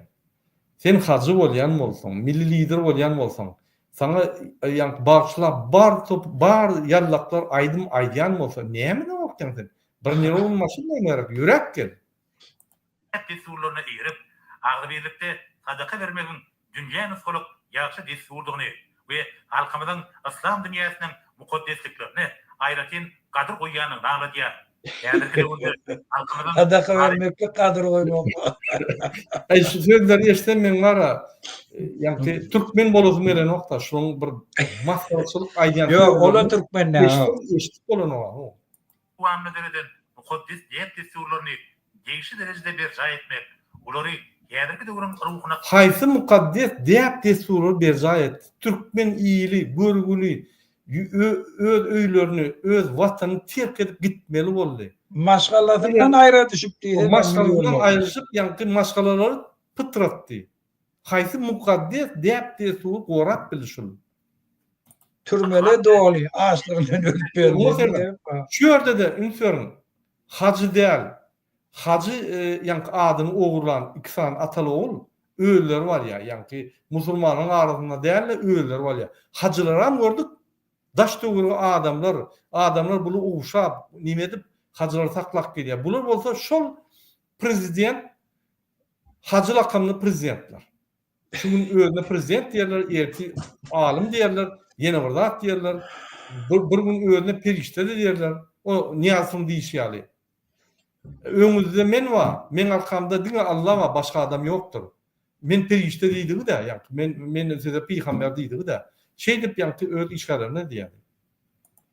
döwletimiziň durmuş ogurly siýasatynyň ileri turýan ogurlarynyň bir bolýar. Munyň özi ýurdumyzda Bular hemmesi bir eşikde näme bir inkubatordan bir yerden çykdylarmy ýa-da bular näme bular? Ay Allah. Deski sadyklar bular. Sen var. Bir ýa-ni gülmen seredip bolan nokta şu zatlara. Şunu da Türkmen hökümet diýilýär. Maskaraçylyk. hacı arkadaşımızın başına başlayan ve arkadaşlı hacı serdarımızın üstünlükle devam ediyen atırlı işlerinin yukarı derecede amala aşırılmakının farz iş kataplanyanın nagladyar. Bu bolsa Bahtiyar halk Ünsür Muhammed Ağa şöyle men de var. bu yokta temetçiydi. Yurdumuzda hacı arkadaşımızın başına başlayan ve arkadaşlı hacı serdarımızın üstünlükle devam ediyen atırlı işlerinin yukarı derecede amala aşırılmakının farz iş kataplanyanın nagladyar. Bu bolsa Bahtiyar halkımızın rewaç durmuşunun dugamaty atar ýanynyň nowatdaky beýan bolýar. Gökde temetçiýdinde Türkmenistanyň müftisi Muhammed Ağa hacı bir meçhidi muftisinden ýokary bolýarmy, aşağı bolýar? Yo, hacı diyen o dini derece der ha ol. Ol her bir musulmana parda. Pulun bolsa gitmeli Mekke, gidip gelýän hacı ol. Şu musulmanlydy ýana. O derece der ha. Hacı da häzir. Türkmenistan ýardynyň ogura hacı da onu şu da ne? Mekke'dekilerin hemme hacı da ne? Mekke'deki. Onu şulardan Madan için çopana da hacı çopan deyip yürürmeliler. Ha o yo hacaydık geldi hacı değil ya. Emme değil ya. O hacaydık geldi ne? Şu yankı pardiye hacı değil ya. Bollu. O hiç o bir derece diyor ama. O, şu demekliliğini hem pardın yerine getiriptir diye da. Pardın yerine getiriptir. Bollu. Sen Mukaddis Kur'an'dan ayet dua koydu. Onu hazır arkada Buna derdim. Hacı arkada buna derdim. Hay Allah. Video görünen aklına. Ha video görünüyor. Bir mı başlardım adı. Derdim. Hacı arkada. Bol oturuşunu. Eşeğim gibi ya. Hay Allah. Allah'ımızın ziyaretinin kabul olmağı, bütün geçenlerimizin Derdim yine iki kelleli hacı, iki kelleli prezident. İki eşek diye ne var? Başkaça bunlar adam takmalılar. Ödem İki eşek. idiotun idiotu kurban oluyor. Men ne yapıp idiotlarını yine buraya bu deden ne yapıp edersin? zaylarının cennet, ruhlarının şahat olmağı dile gedildi. Bula oğlu yankı prigovarit etti oğlunu. Prezident edip koydu boyun bu görgülünü boynuna yankı ip attı. Hükman ölümüne utormalı oldu. Bunun öyle Müslüman ammatının şortlarına Türkmen halkının Bol oturuşlarını verdi. Bol oturuşlar. Gösterdim bol oturuşunu bulur. Yine bir de Mehmetçi'de vardık. Amerika'da da vardık Bütün Mehmetçi'de. içeride- Ama amın iyiliğine durmalı. Ama amın iyiliğine durmalı. Kim ola? Muhammed abi bunu toya gelirler mi? Neyeme gelirler mi? Metçi'deki adamlar gülüp olmadı. Dinimize format koysak. Yöne bu adamlar dinçiler amurlur ya. Bütün dünyanın amurlur ya. Muhammed eredin o. Arasını koydu arasını. Birden vuramadın ne elle de. Muhammed eredin. Ortada. Yani toyda yani ortada o gelinimi oynuyor ya. Ne şuraya alayım. Ya yokmuş kedeli vardır bunlar. şortlarına Türkmen halkının yaşı desurları Teret bunun teret işine koydu. Ama amın teret işine kayıtı da koy şunu. Türkmenistan'ın halk arkadağımızın ziyaretinin kabul olmağı, bütün geçenlerimizin zaylarının cennet, ruhlarının şahat olmağı Bunun teret işinden stop et. Müslüman ammatının şortlarına Türkmen halkının Teret koydu. desurları Bulya bir namusla diyor. sonra Ay karanlığa adalı deyip tevye açın. başlığı hazır arkada. Muhammed abi buna eredin. Ne dedim? Hem bir ışıklı. Ben yaptım. Buna eredin. Hazır arkada. Türemşikle. Hemen şey Türkmen adalarlar. Üstünlük doğan. Ay gülmek bolan okun başkaça tehdit bolan oklar Ana var. Türkmen halkının yaşı desurları agrarıdığını görkediye. Sonra Türkmen halkının milli lideri, Türkmenistan'ın halk maslahatının başlığı. Şuan ayak basan yeri haramdır. Ay değil. Arkadaşlar Hazır Serdarımız sadaka katnaştılar. Ne dedim? Sadakanız kabul olsun hacı arkadağımız. Ünserim. Halk bol pul zımılıyor yani ministerlerin hemleri pul koyarlar. Ministerlerin içinde adamlardan pul yığınıyorlar. O zaman sadakanız kabul olsun hacı arkadağımız. Bizim sadakamız kabul olsun hacı arkadağı demeliler. Burvanları öz sadakasına da pul soğanı. Şuraya bir kezzaptan. Eri vatandaşlar, hormatly adamlar. Peyğəm payxas ummani Maltun Prağı ilinin başından beri araçlı bir taraf devletini öğrenmek işler edildi. Yurdumun içerimde dışarı siyasetinde oluyor. Üstünlükler hem kazanırlar. Niye üstünlükler kazandı Muhammed abi açsana şu yurdun Ay içinde bokunu ya. Ne bunlara koment vermeyen. Bokunu ya. Niye üstünlükler Türkmenistan kriziste. Hemmelerden pul alıp çıktı. Hazır Bahreyn'den 800 milyon dolar alacak kolya. Şol pul olmasa Mart'ta hükümet işgallerine pul yok. Bütçette pul yok. Hemme pulu yani başnurdu arkadaş şehirdeydi. Ondan sanaman bütçetten pulları şöyle geçirdi. Pul yok. Bankrot. Ulu üstünlükler kazandık diye.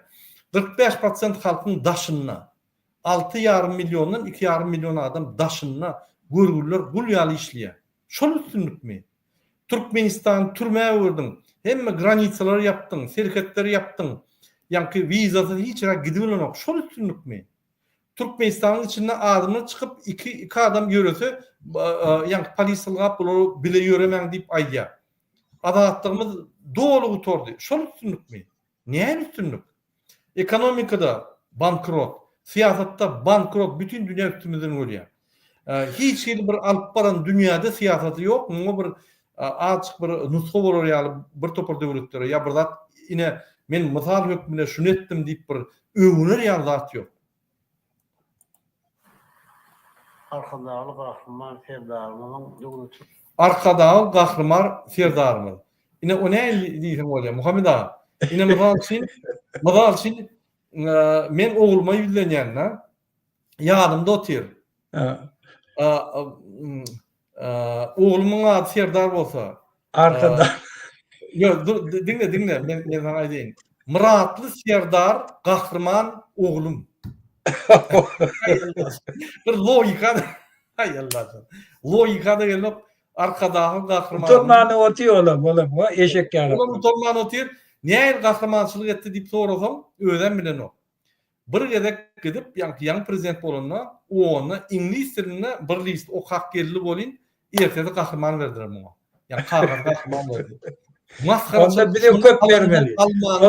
Onda bir de köp bermeli. Onun var bir de bu. Bir de onun karşısında ne ýerçekler çıkacaktık onu yani Nurcan apa yüzlerce gahrman boldular. Ne ýerçekler onu çıkacaktık kapısından. Yani ol hakiki kahraman.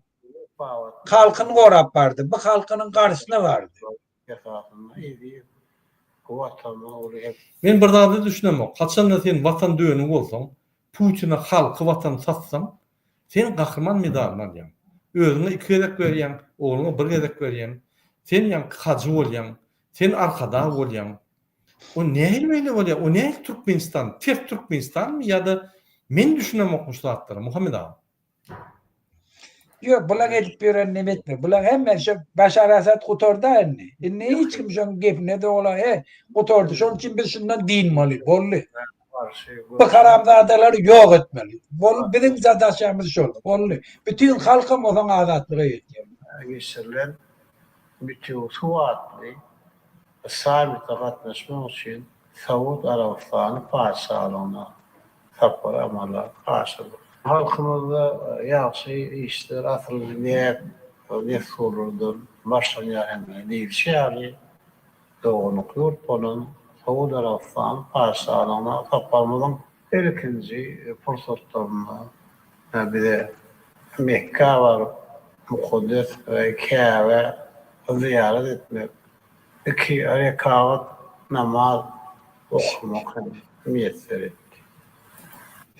Aýgaraz mundan lesen wara.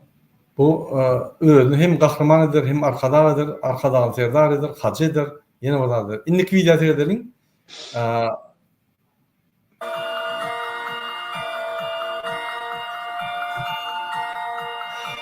Gahrmanyny hacı arkadaly hacı serdar dinlädim. Bu oýnatylır bolmaý.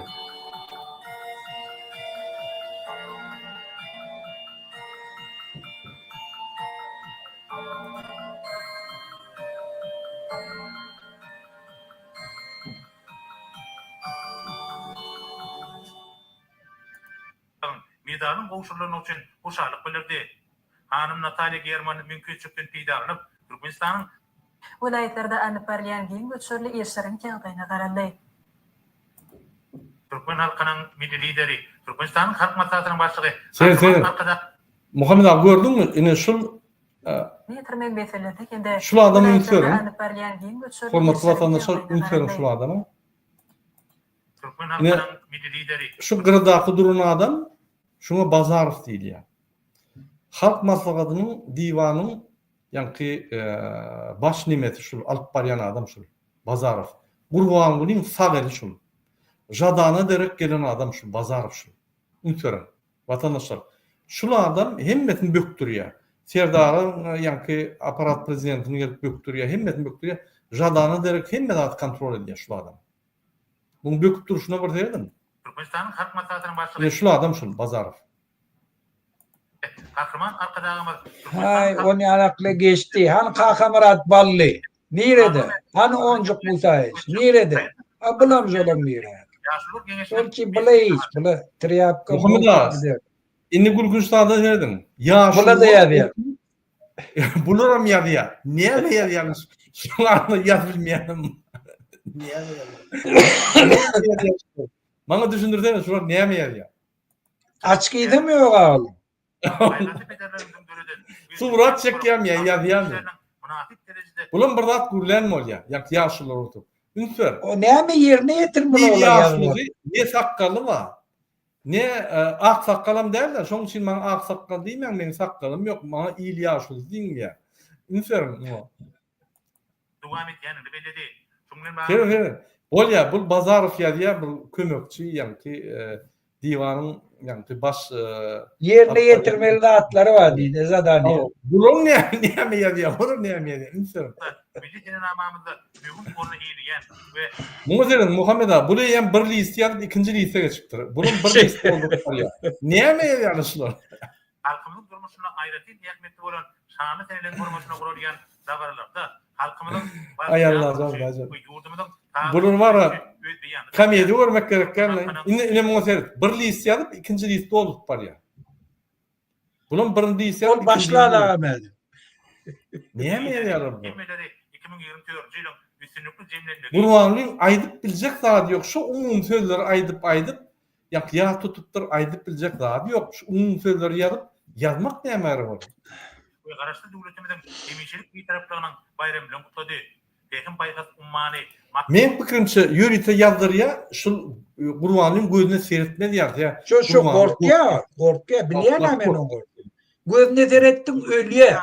devletimizin hem de halkımızın durmuşunu yağıttan çıkmayacak kök sandı vakaları ve senli Masak adamı yaşlıların resminin azatı hükümünde köpçülük yerlerine çaylelerde verip çıkan vazifeleri Yine şu jadana derek gelen şu Bazarov diyen şu. Gurvanlığın saheli yine şunu hükman saklamalı biz. Ya hem Gurvanlığın sekretlerini biliyor, hem haramlıkları biliyor, hem cinayetlerini bile edip gören adam şu. maslahatlaşıp onu durmuşa geçirmek barada işler alıp barıyaz. Kahraman arkadağımı, kuzul gayratımızı koyuyor. Kahraman arkadağımız diye, hacı diyen o Muhammed Ağa. Bir önkürdür da. Onu Bana aydan nedirler? Uzaktamızı size ananları yaz. Sportatta kahraman arkadağımız sizi hürmetli prezidentimiz arkadağlı kahraman ferdarımızı alıp barıyaz. Devlet ehmiyetli. Martumuni etraf. Hadi şimdi da rehbet kaynak çalışıyor. Kahraman arkadağımız, hürmetli prezidentimiz arkadağımız, sevdarımızın şahadımızdan Balkan sen bir daha da düşündün mü? Kahraman arkadağım, hürmetli arkadağım, prezident sevdağımız. Yine ay Allah. Niye mi diyor bunlar? Ay Allah. Ya bula ne edecek bula? Bula hakim de ne etmeli? geçirmeli. Yolcu Ağustos'ta 200 saniyelik savunma verilmeli. Balkan'a var, daha şovu yukarı voltlu. Elektrik geçiricisinin açık vermeli. Şeyde hem kadar çeker. Gurvanlığın dinlerler. Ol Tomaş olay. Yine şeyle, inniki video seyredelim, umuman Gurvanlığın boş oturan o. İnniki video seyredelim vatandaşlar. Yine Sevdaram allığına korkup hukuksuzluk kengeşini geçiriyor. Benim umayyan Serdar devlet dolandıran o, dine hukuksuzluk kengeşini geçir, ne eyli halkı saklap bolya, ne eyli halkı kısıp bolya, ne eyli yani bizi qorap bolya deyip fikir ediyor. Başka da fikir eden yok. Ne iqtisat soru olur, ne bir topar teknoloji problemalar, ne bir topar sosyal problemalar, ne bir topar finans problemalar, ne bir topar yani özgürlükler.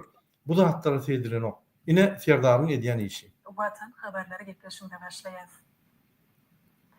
Şun hormatly prezidentimiz Serdar Berdimuhamedov ýurdumyň daşary ýurtlardaky diplomatik wekilhanalarynyň, konsulluk idaralarynyň we halkara gurumlarynyň ýanyndaky wekilhanalarynyň ýolbaşlarynyň gatnaşmagyndan Ministrler Kabinetiniň giňişligini beşeýten geçirdi. Onuň bu tertibine beterip döwletimiziň halkara giňişligini atbarýan daşary siýasatyna değişim döküm ýeteler gerçekleşdi.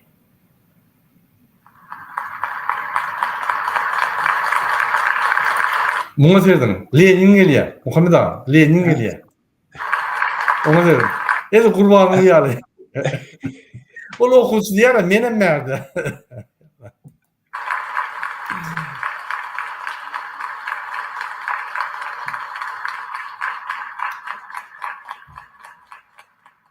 Salam, hormatly Ministrler Kabinetiniň agzalary, hormatly adamlar. Biz şuň Ministrler Kabinetiniň giňişlik meclisini geçirýär. Meclise diplomatik wekilhanalarynyň, konsulluk idaralarynyň we halkara gurumlarynyň ýanyndaky wekilhanalarynyň ýolbaşçylaryny hem çağırdy. Ine şu ýyrnakda ýanky Serdar Berdimuhamedov Ýewropada, Amerikada we başga döwletlerde güýçlendirmeli, aktivistler garşy görüşleri güýçlendirmeli, olara provokasiýa etmeli, olara garşy şu ýerde gürleşmeli, mass mediada olara garşy ýanky provokasiýa etmeli, ynamdan gaçyrmaly, biýek uruşturmaly bir topar maslahatlar berildi.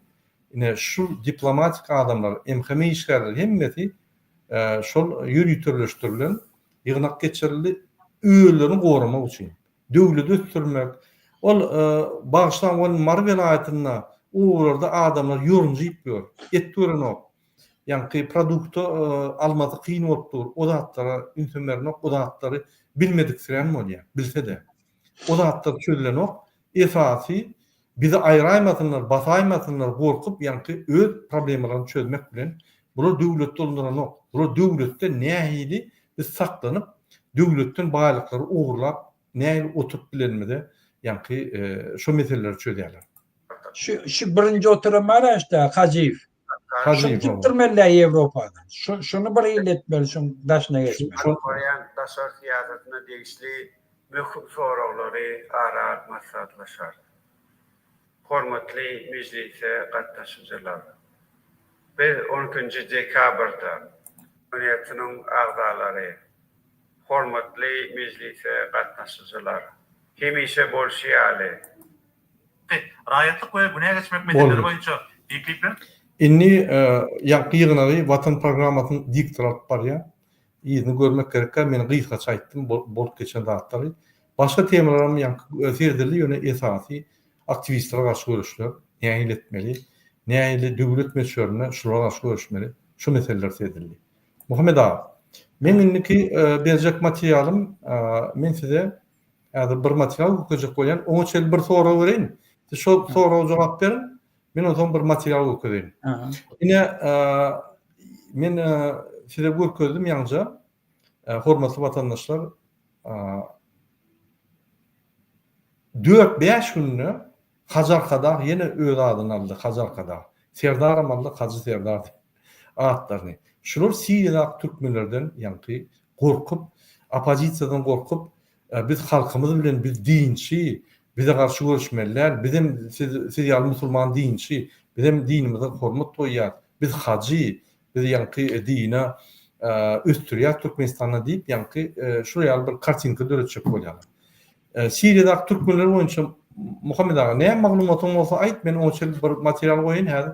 Bana 2 mutlak berseňiz. Nime Siriýede türkmenler köp. Ola da şu wagtlar şol Başar Asad döwrüne mer görüşpýärler. Hemişe baý Türkiýede uly kommunitelere bagy. O Türkiýede onu gollaýaşolar. Ola da şu taýda özleri öz diline, öz bir awtonom bolup ýaşarýanyk şol ýerde görüşip gelýär. Men on yol başçysy var, men biraz siýazmam bardy, biraz gepleşýärdim aralarynda. Ýöne soňky döwürde gepleşema. Ýöne şolara türkmenler goşulyp aňyk gidenler var. Gurdan bulan gorkýany şondan. Ozan o taýda türkmenler bilen olan ara gatnaşy gowdady, ozan bu gorkýany hemme şondan. Ozan ýa Özbekistanam bir neme vardır, bir reportajda aktif bir olunmuş bu adı neme? Nimelerde koyduğum biz Özbekçe gepleyendir. Ha, Başından başlap ta türmen içine girip da reportaj berip görün Özbek oğlan. Neçe tane Özbek oğlan blogger dol nimet yerler. Özbekistan şon karşısında cinayet işini kaldırdı. Hemmeti korkyanlardır. Sebebi çınlanan kork bollar. Sebebi Türkiye'de Özbekle gelip bir otada olu oğurluğunu edip otille innem olu Özbekistan'ın prezidentin maşgalasını görüp otille nemeler ediptirli. Olun alada da halkın yağdayını düzeltmeklik de yani prezidentinden son kimin uğruna gelmeli bir yerini öldürüp böyle. Ondan onu korkuya şunatmırdın. Ondan halka hareket etiye. Sen halkı ne açıklısı verdin? Halk ekstremizm tarafı etiye. İsle. Şunun için biz yurdumuz kavurun için biz aytiya kav. Sen şu halka parakatçılıkla hareket etmeyene yol ver. Yurtta bir tavır ütkeşikleri giyir. Yol aç. Adat tayloları geçirmeyene. Sen hem yurtta parakatçılıkla siyasi ütkeşikte olur. Hem sen bir edendadın bolar halkı. Ondan kaçıp gitsen hem kendi idarlamarla. Yani eğer türmeleri şu yağdayında koysan, türmedekileri çıkarmasan, yankı diyen dağıtlamız etmeden halk ondan seni öldürürler. Sen ölünden sonra kabrından hem çıkarıp sen kellen kesiyor. Öyle o değil. Yaktılar kakasını. Han namusu olsa hani Başar Esed geldin mi Amerika nemeden, ortayetten hani men kabrını yaktınız diye. Sesini çıkarana. Qoğradan bilen ağın. Kardeşlerden qoğra bilen ağın. Dine öz kaçıp gitti hemme kardeşler indi köseniye. Hani bir namusu vicdanı olsa hani bir zat etsin ne göreyin. Hiç zat demedi bilmiyor. Dünyanın hiç yerine de. En sonunda da hemme pulunu alırlar elinden yalanaçlar ve tavsirarlar. Gidecek yeri yok. Ya ortayadın içinde öldürürler. Çünkü için bulan kuturuşu hemmedinki şeyle. Korkuşum şundan. Korkuyanlar. Muhammed ağa, inlik materyal seyredelim. İne seyredin, hormatly vatandaşlar. Avstriyada 55 yaşında Serdar Atabayev deyip biri ölüyor. O kim Serdar Atabayev?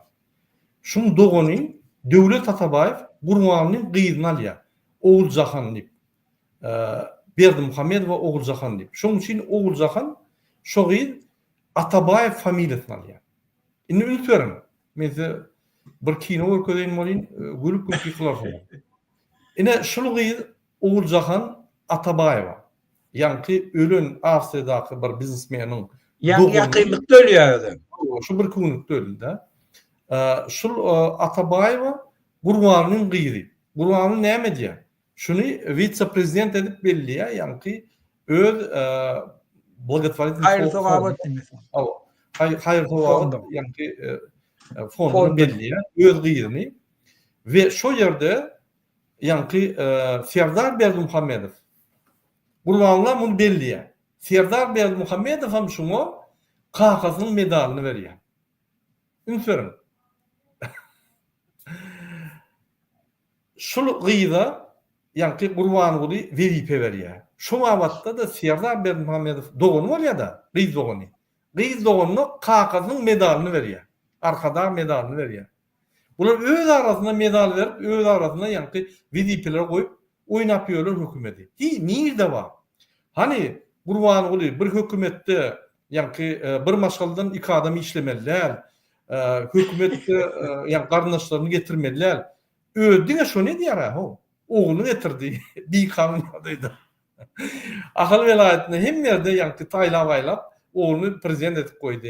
Çağrını koydu. Öldüm hadir var. Öldü adam. Hadir 40 sene geçene. Avva. Ona yani dört lübovnikli kıyı doğanını oydu. Gullavadi. Ay hem yere doğanlarından şunu oyuyor. Ben düşünemem bu Türkmenistan mı ya bir potrot yani Gurman'ın potrot kerhanatı mı? Türkmenistan devleti. Hiç Gurman'la değişler yok. Bu Atabayevr'ın kazanan devletimiz bizim. Gurman'ın dahil yok. Bir özünü prezident olup öz sayladı, falsifikasyon edip bollu bir vazife. Şimdi ikinci vazifeni aldı, özüne bir vazife açıp oğlan bir vazife verdi. Şimdi doğru anlaşılanı getirip başladı. şul Başar Asad'ın izinden doğru ılgap var ya. Şoň üçin biz şunu basar aşat diýaly, ýani tutup almaly, gaçyp ýetişmäke, şunu jenaýda çekmeli. Hormatly adamlar, demokratik opozisiýa tiýden size wagt aýdar, hemmämiz çykmaly. Bilen barmaly içine, hemmämiz çykmaly, biz tamamlamaly. Bolmaly. Mundan beter bütün dünýäde maskara bolmalyk, bütün dünýäde inni hemme döwletler, hatda Siriýa 54 ýyldan soň adatlygyny adamny bilen kazanmaly, bolmaly. Bolletmeli.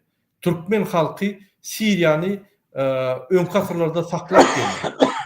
Bizim saklan döwletlerimiz adatlyk alyp ýör, biz adatlyk alyp bilendik. O näme beýle bolýar? Şoň üçin Gurbanuly Berdimuhammedow türmede oturmaly. Serdar Berdimuhammedow türmede oturmaly. İkisem suudun arasynda suud, ýani adalet suudun ona jogap bermeli. Hemme eden biýjik ýani hereketler üçin. Biz şular jenaýda çekäýmeli. Biz Türkmen adaletli ýaşajak bolsa, şu zulmi hükman jenaýda çekip bütün dünýä görkezäýmeli biz.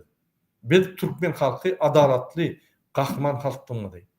Men size iň esasy informasiýany aýdaýyn. Gurbanuly Kazanyna jaý alyp taýýarlyk görüp, ogly bilen gaçmana ýol taýýarlap goýdy. Şoň üçin Gurbanuly ortada gaçyp gidýär. Bu gatow bilýär, Bahreýndan munalar, Dubaýdan munalar, hem ýerden muny alyp geler. Biz Gurbanuly Berdimuhammedow bilen Serdar Berdimuhammedow we ýanyna bir näçe adamlary Международный уголовный суд edip şulary Başar Asad'dan beter zulüm edip, suud edip, biz bulary Interpol'a oýar. Bizim vatandaşlarymyzy Interpol'a oýuşýaly. Niýe-de şular tutsalar, Türkmenistana getirdiler şulary. Biz şular sypdyrmaýar. DVT ýatmaýar, şulary jenaýda çekip türme basynça DVT ýatmaýar. Şoň üçin häzirden aýdýar, Serdar Berdimuhammedow siziň azyjyk şansyňyz gally. Ýapyşky mümkinçiligiňiz sizinki ýapylyp gelýär. Opozisiýany içine salyp, reforma edip, siz taryha reformator bolup giýip bilýäňiz, ýa-da siziň kakyňyz öläse, siziň gözüň öňüne kakynyň mazaryny ýakyp, jesedini ýakyp, tohumuz bilen gyrarhal. Biz olary saklap bilmez. Men göň aýdýan. Şuraya zulüm etdiňiz bolup halk sizi ýigrenýär. Her halkyň içinde her bir adam sizi prosta ýyrtjak bolýar. Men gürleşip dur. Wagtyny belli diýip gyrýarlar. Ine şeýle ýagdaýlar, Muhammed ağa. Bulan gaçyp gidebiljek ýeri ýok. Men ýa bir video uratdym da, ortaň içindäki ýagdaý. Ortaýyň döwletiniň içinde nähili ton bilen inni pretenziýa predýawit etýärler Putina. Men uratdym bilmeýän şoň 6-njy mundumdan goý. Ýurdu dargatdyňyz, adamlar işleme aýlyklary işlady ýetenek, näme etdiňiz bolmaňyz, hiç jogap bermeňär, hiç ýarlar üstüne. Şeň döwletiň içindäki. Şol üçin iskleme ortaýadyň içe ütgeýe. Oňa hiç neme ýokda, şek etmek gerekki. Ortaýadyň ütgeýe. Hi bolmasa ýene 3-4 ýyldan Putiniň wagty oturýar ölýär, ölümden ölýär. Ölse de hökmen ortaýa bir towar ütgeşikler etmeli. Dünya bilen ara gatnaşyk taklajak bolmaly.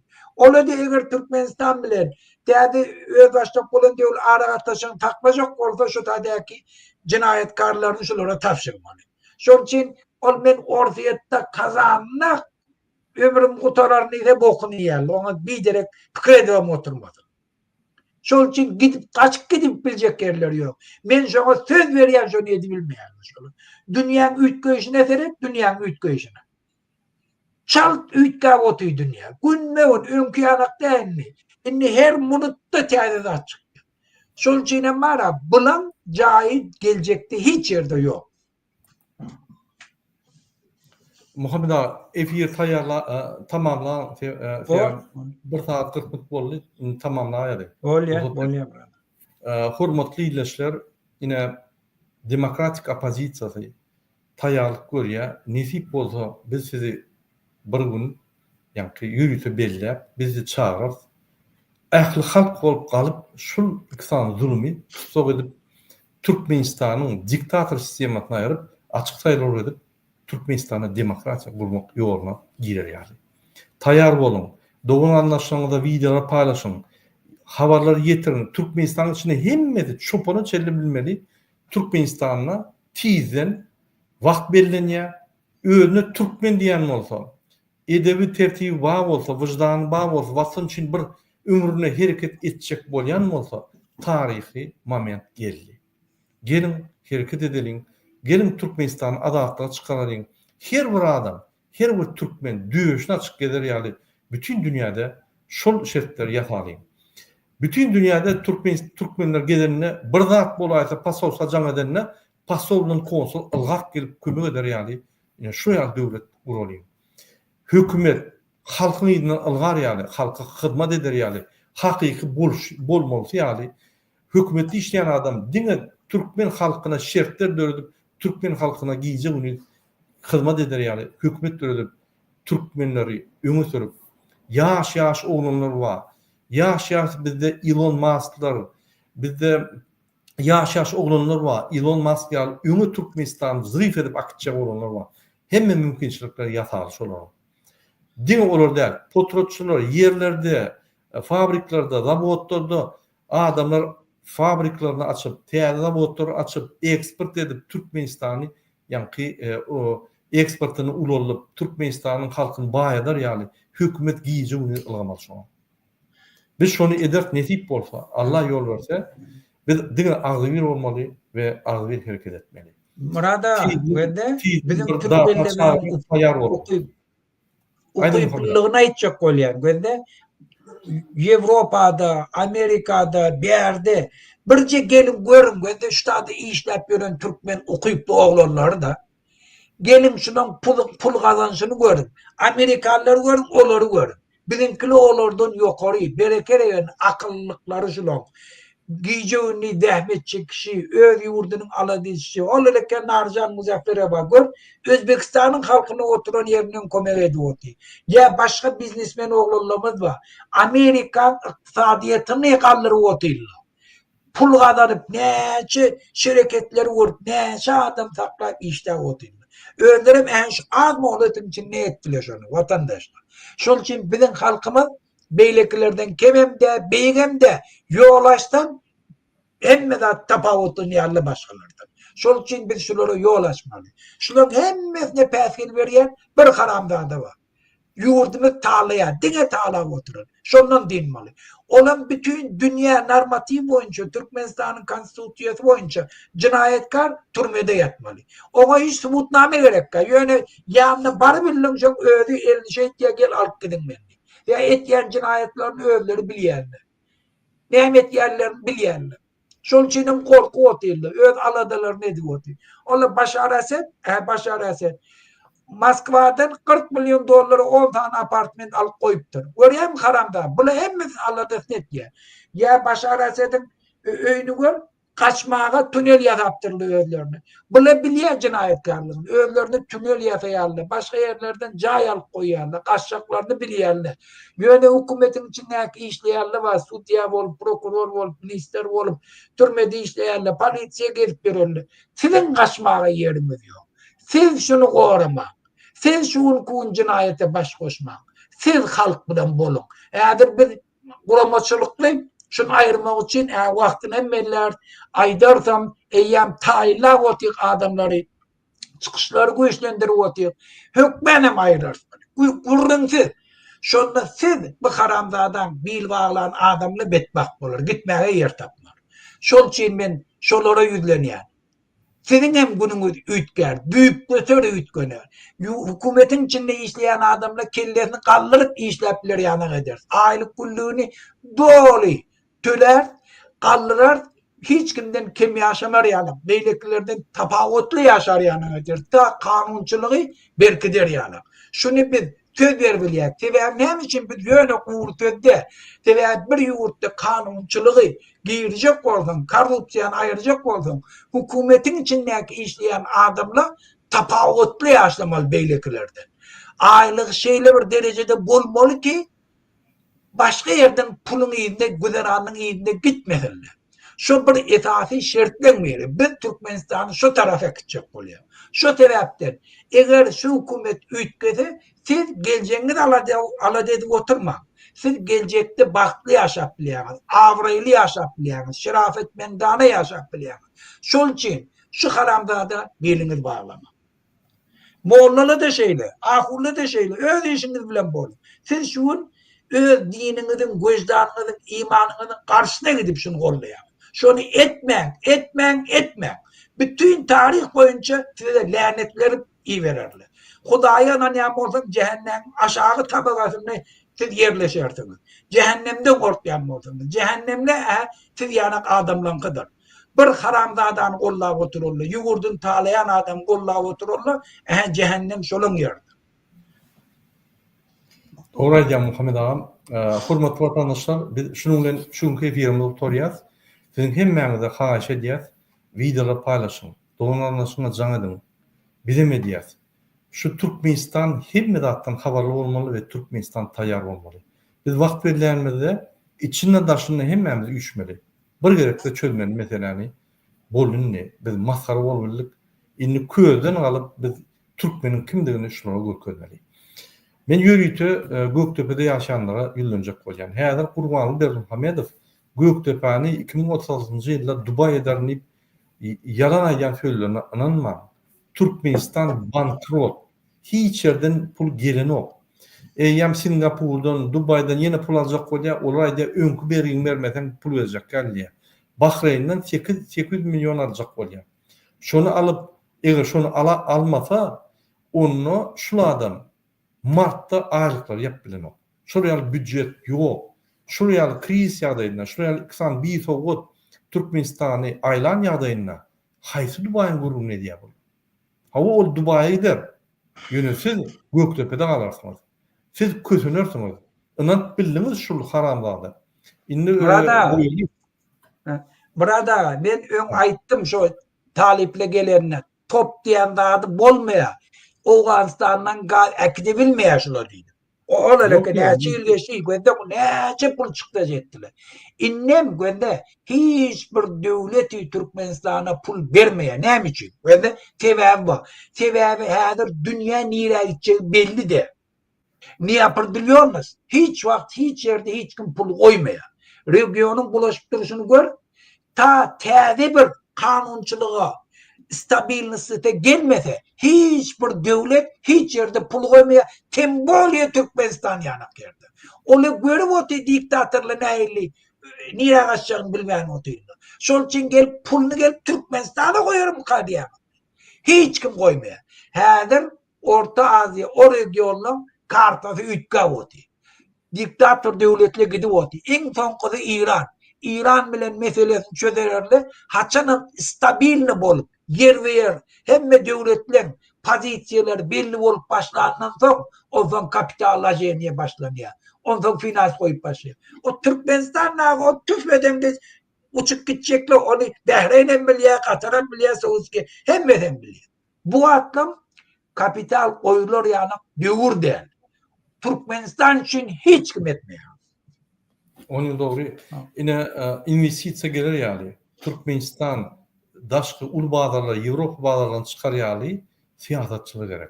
Türkmenistan investisiya gelir yani Türkmenistan kanunu berca edilmeli ve halkara kanunu ol çeken konvensiyalarını Türkmenistan hormat koymalı. Türkmenistan'a yığınlar ömür yani dövür sürüklüyor.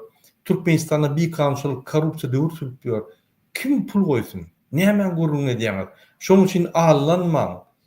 Sizem doýduňyz bilýän. Şoň üçin halk galanna bügüt bolup durmaň.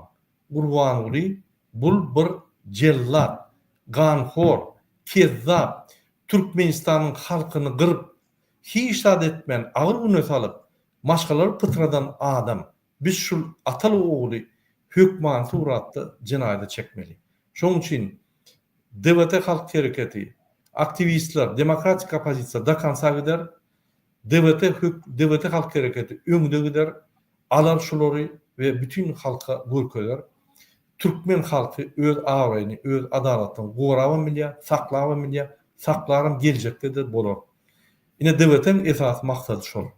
Şonu edilsek, soň açyk saýlalar, soň kim öňe çykdy, ine hemme platformalar öňe çykmaly.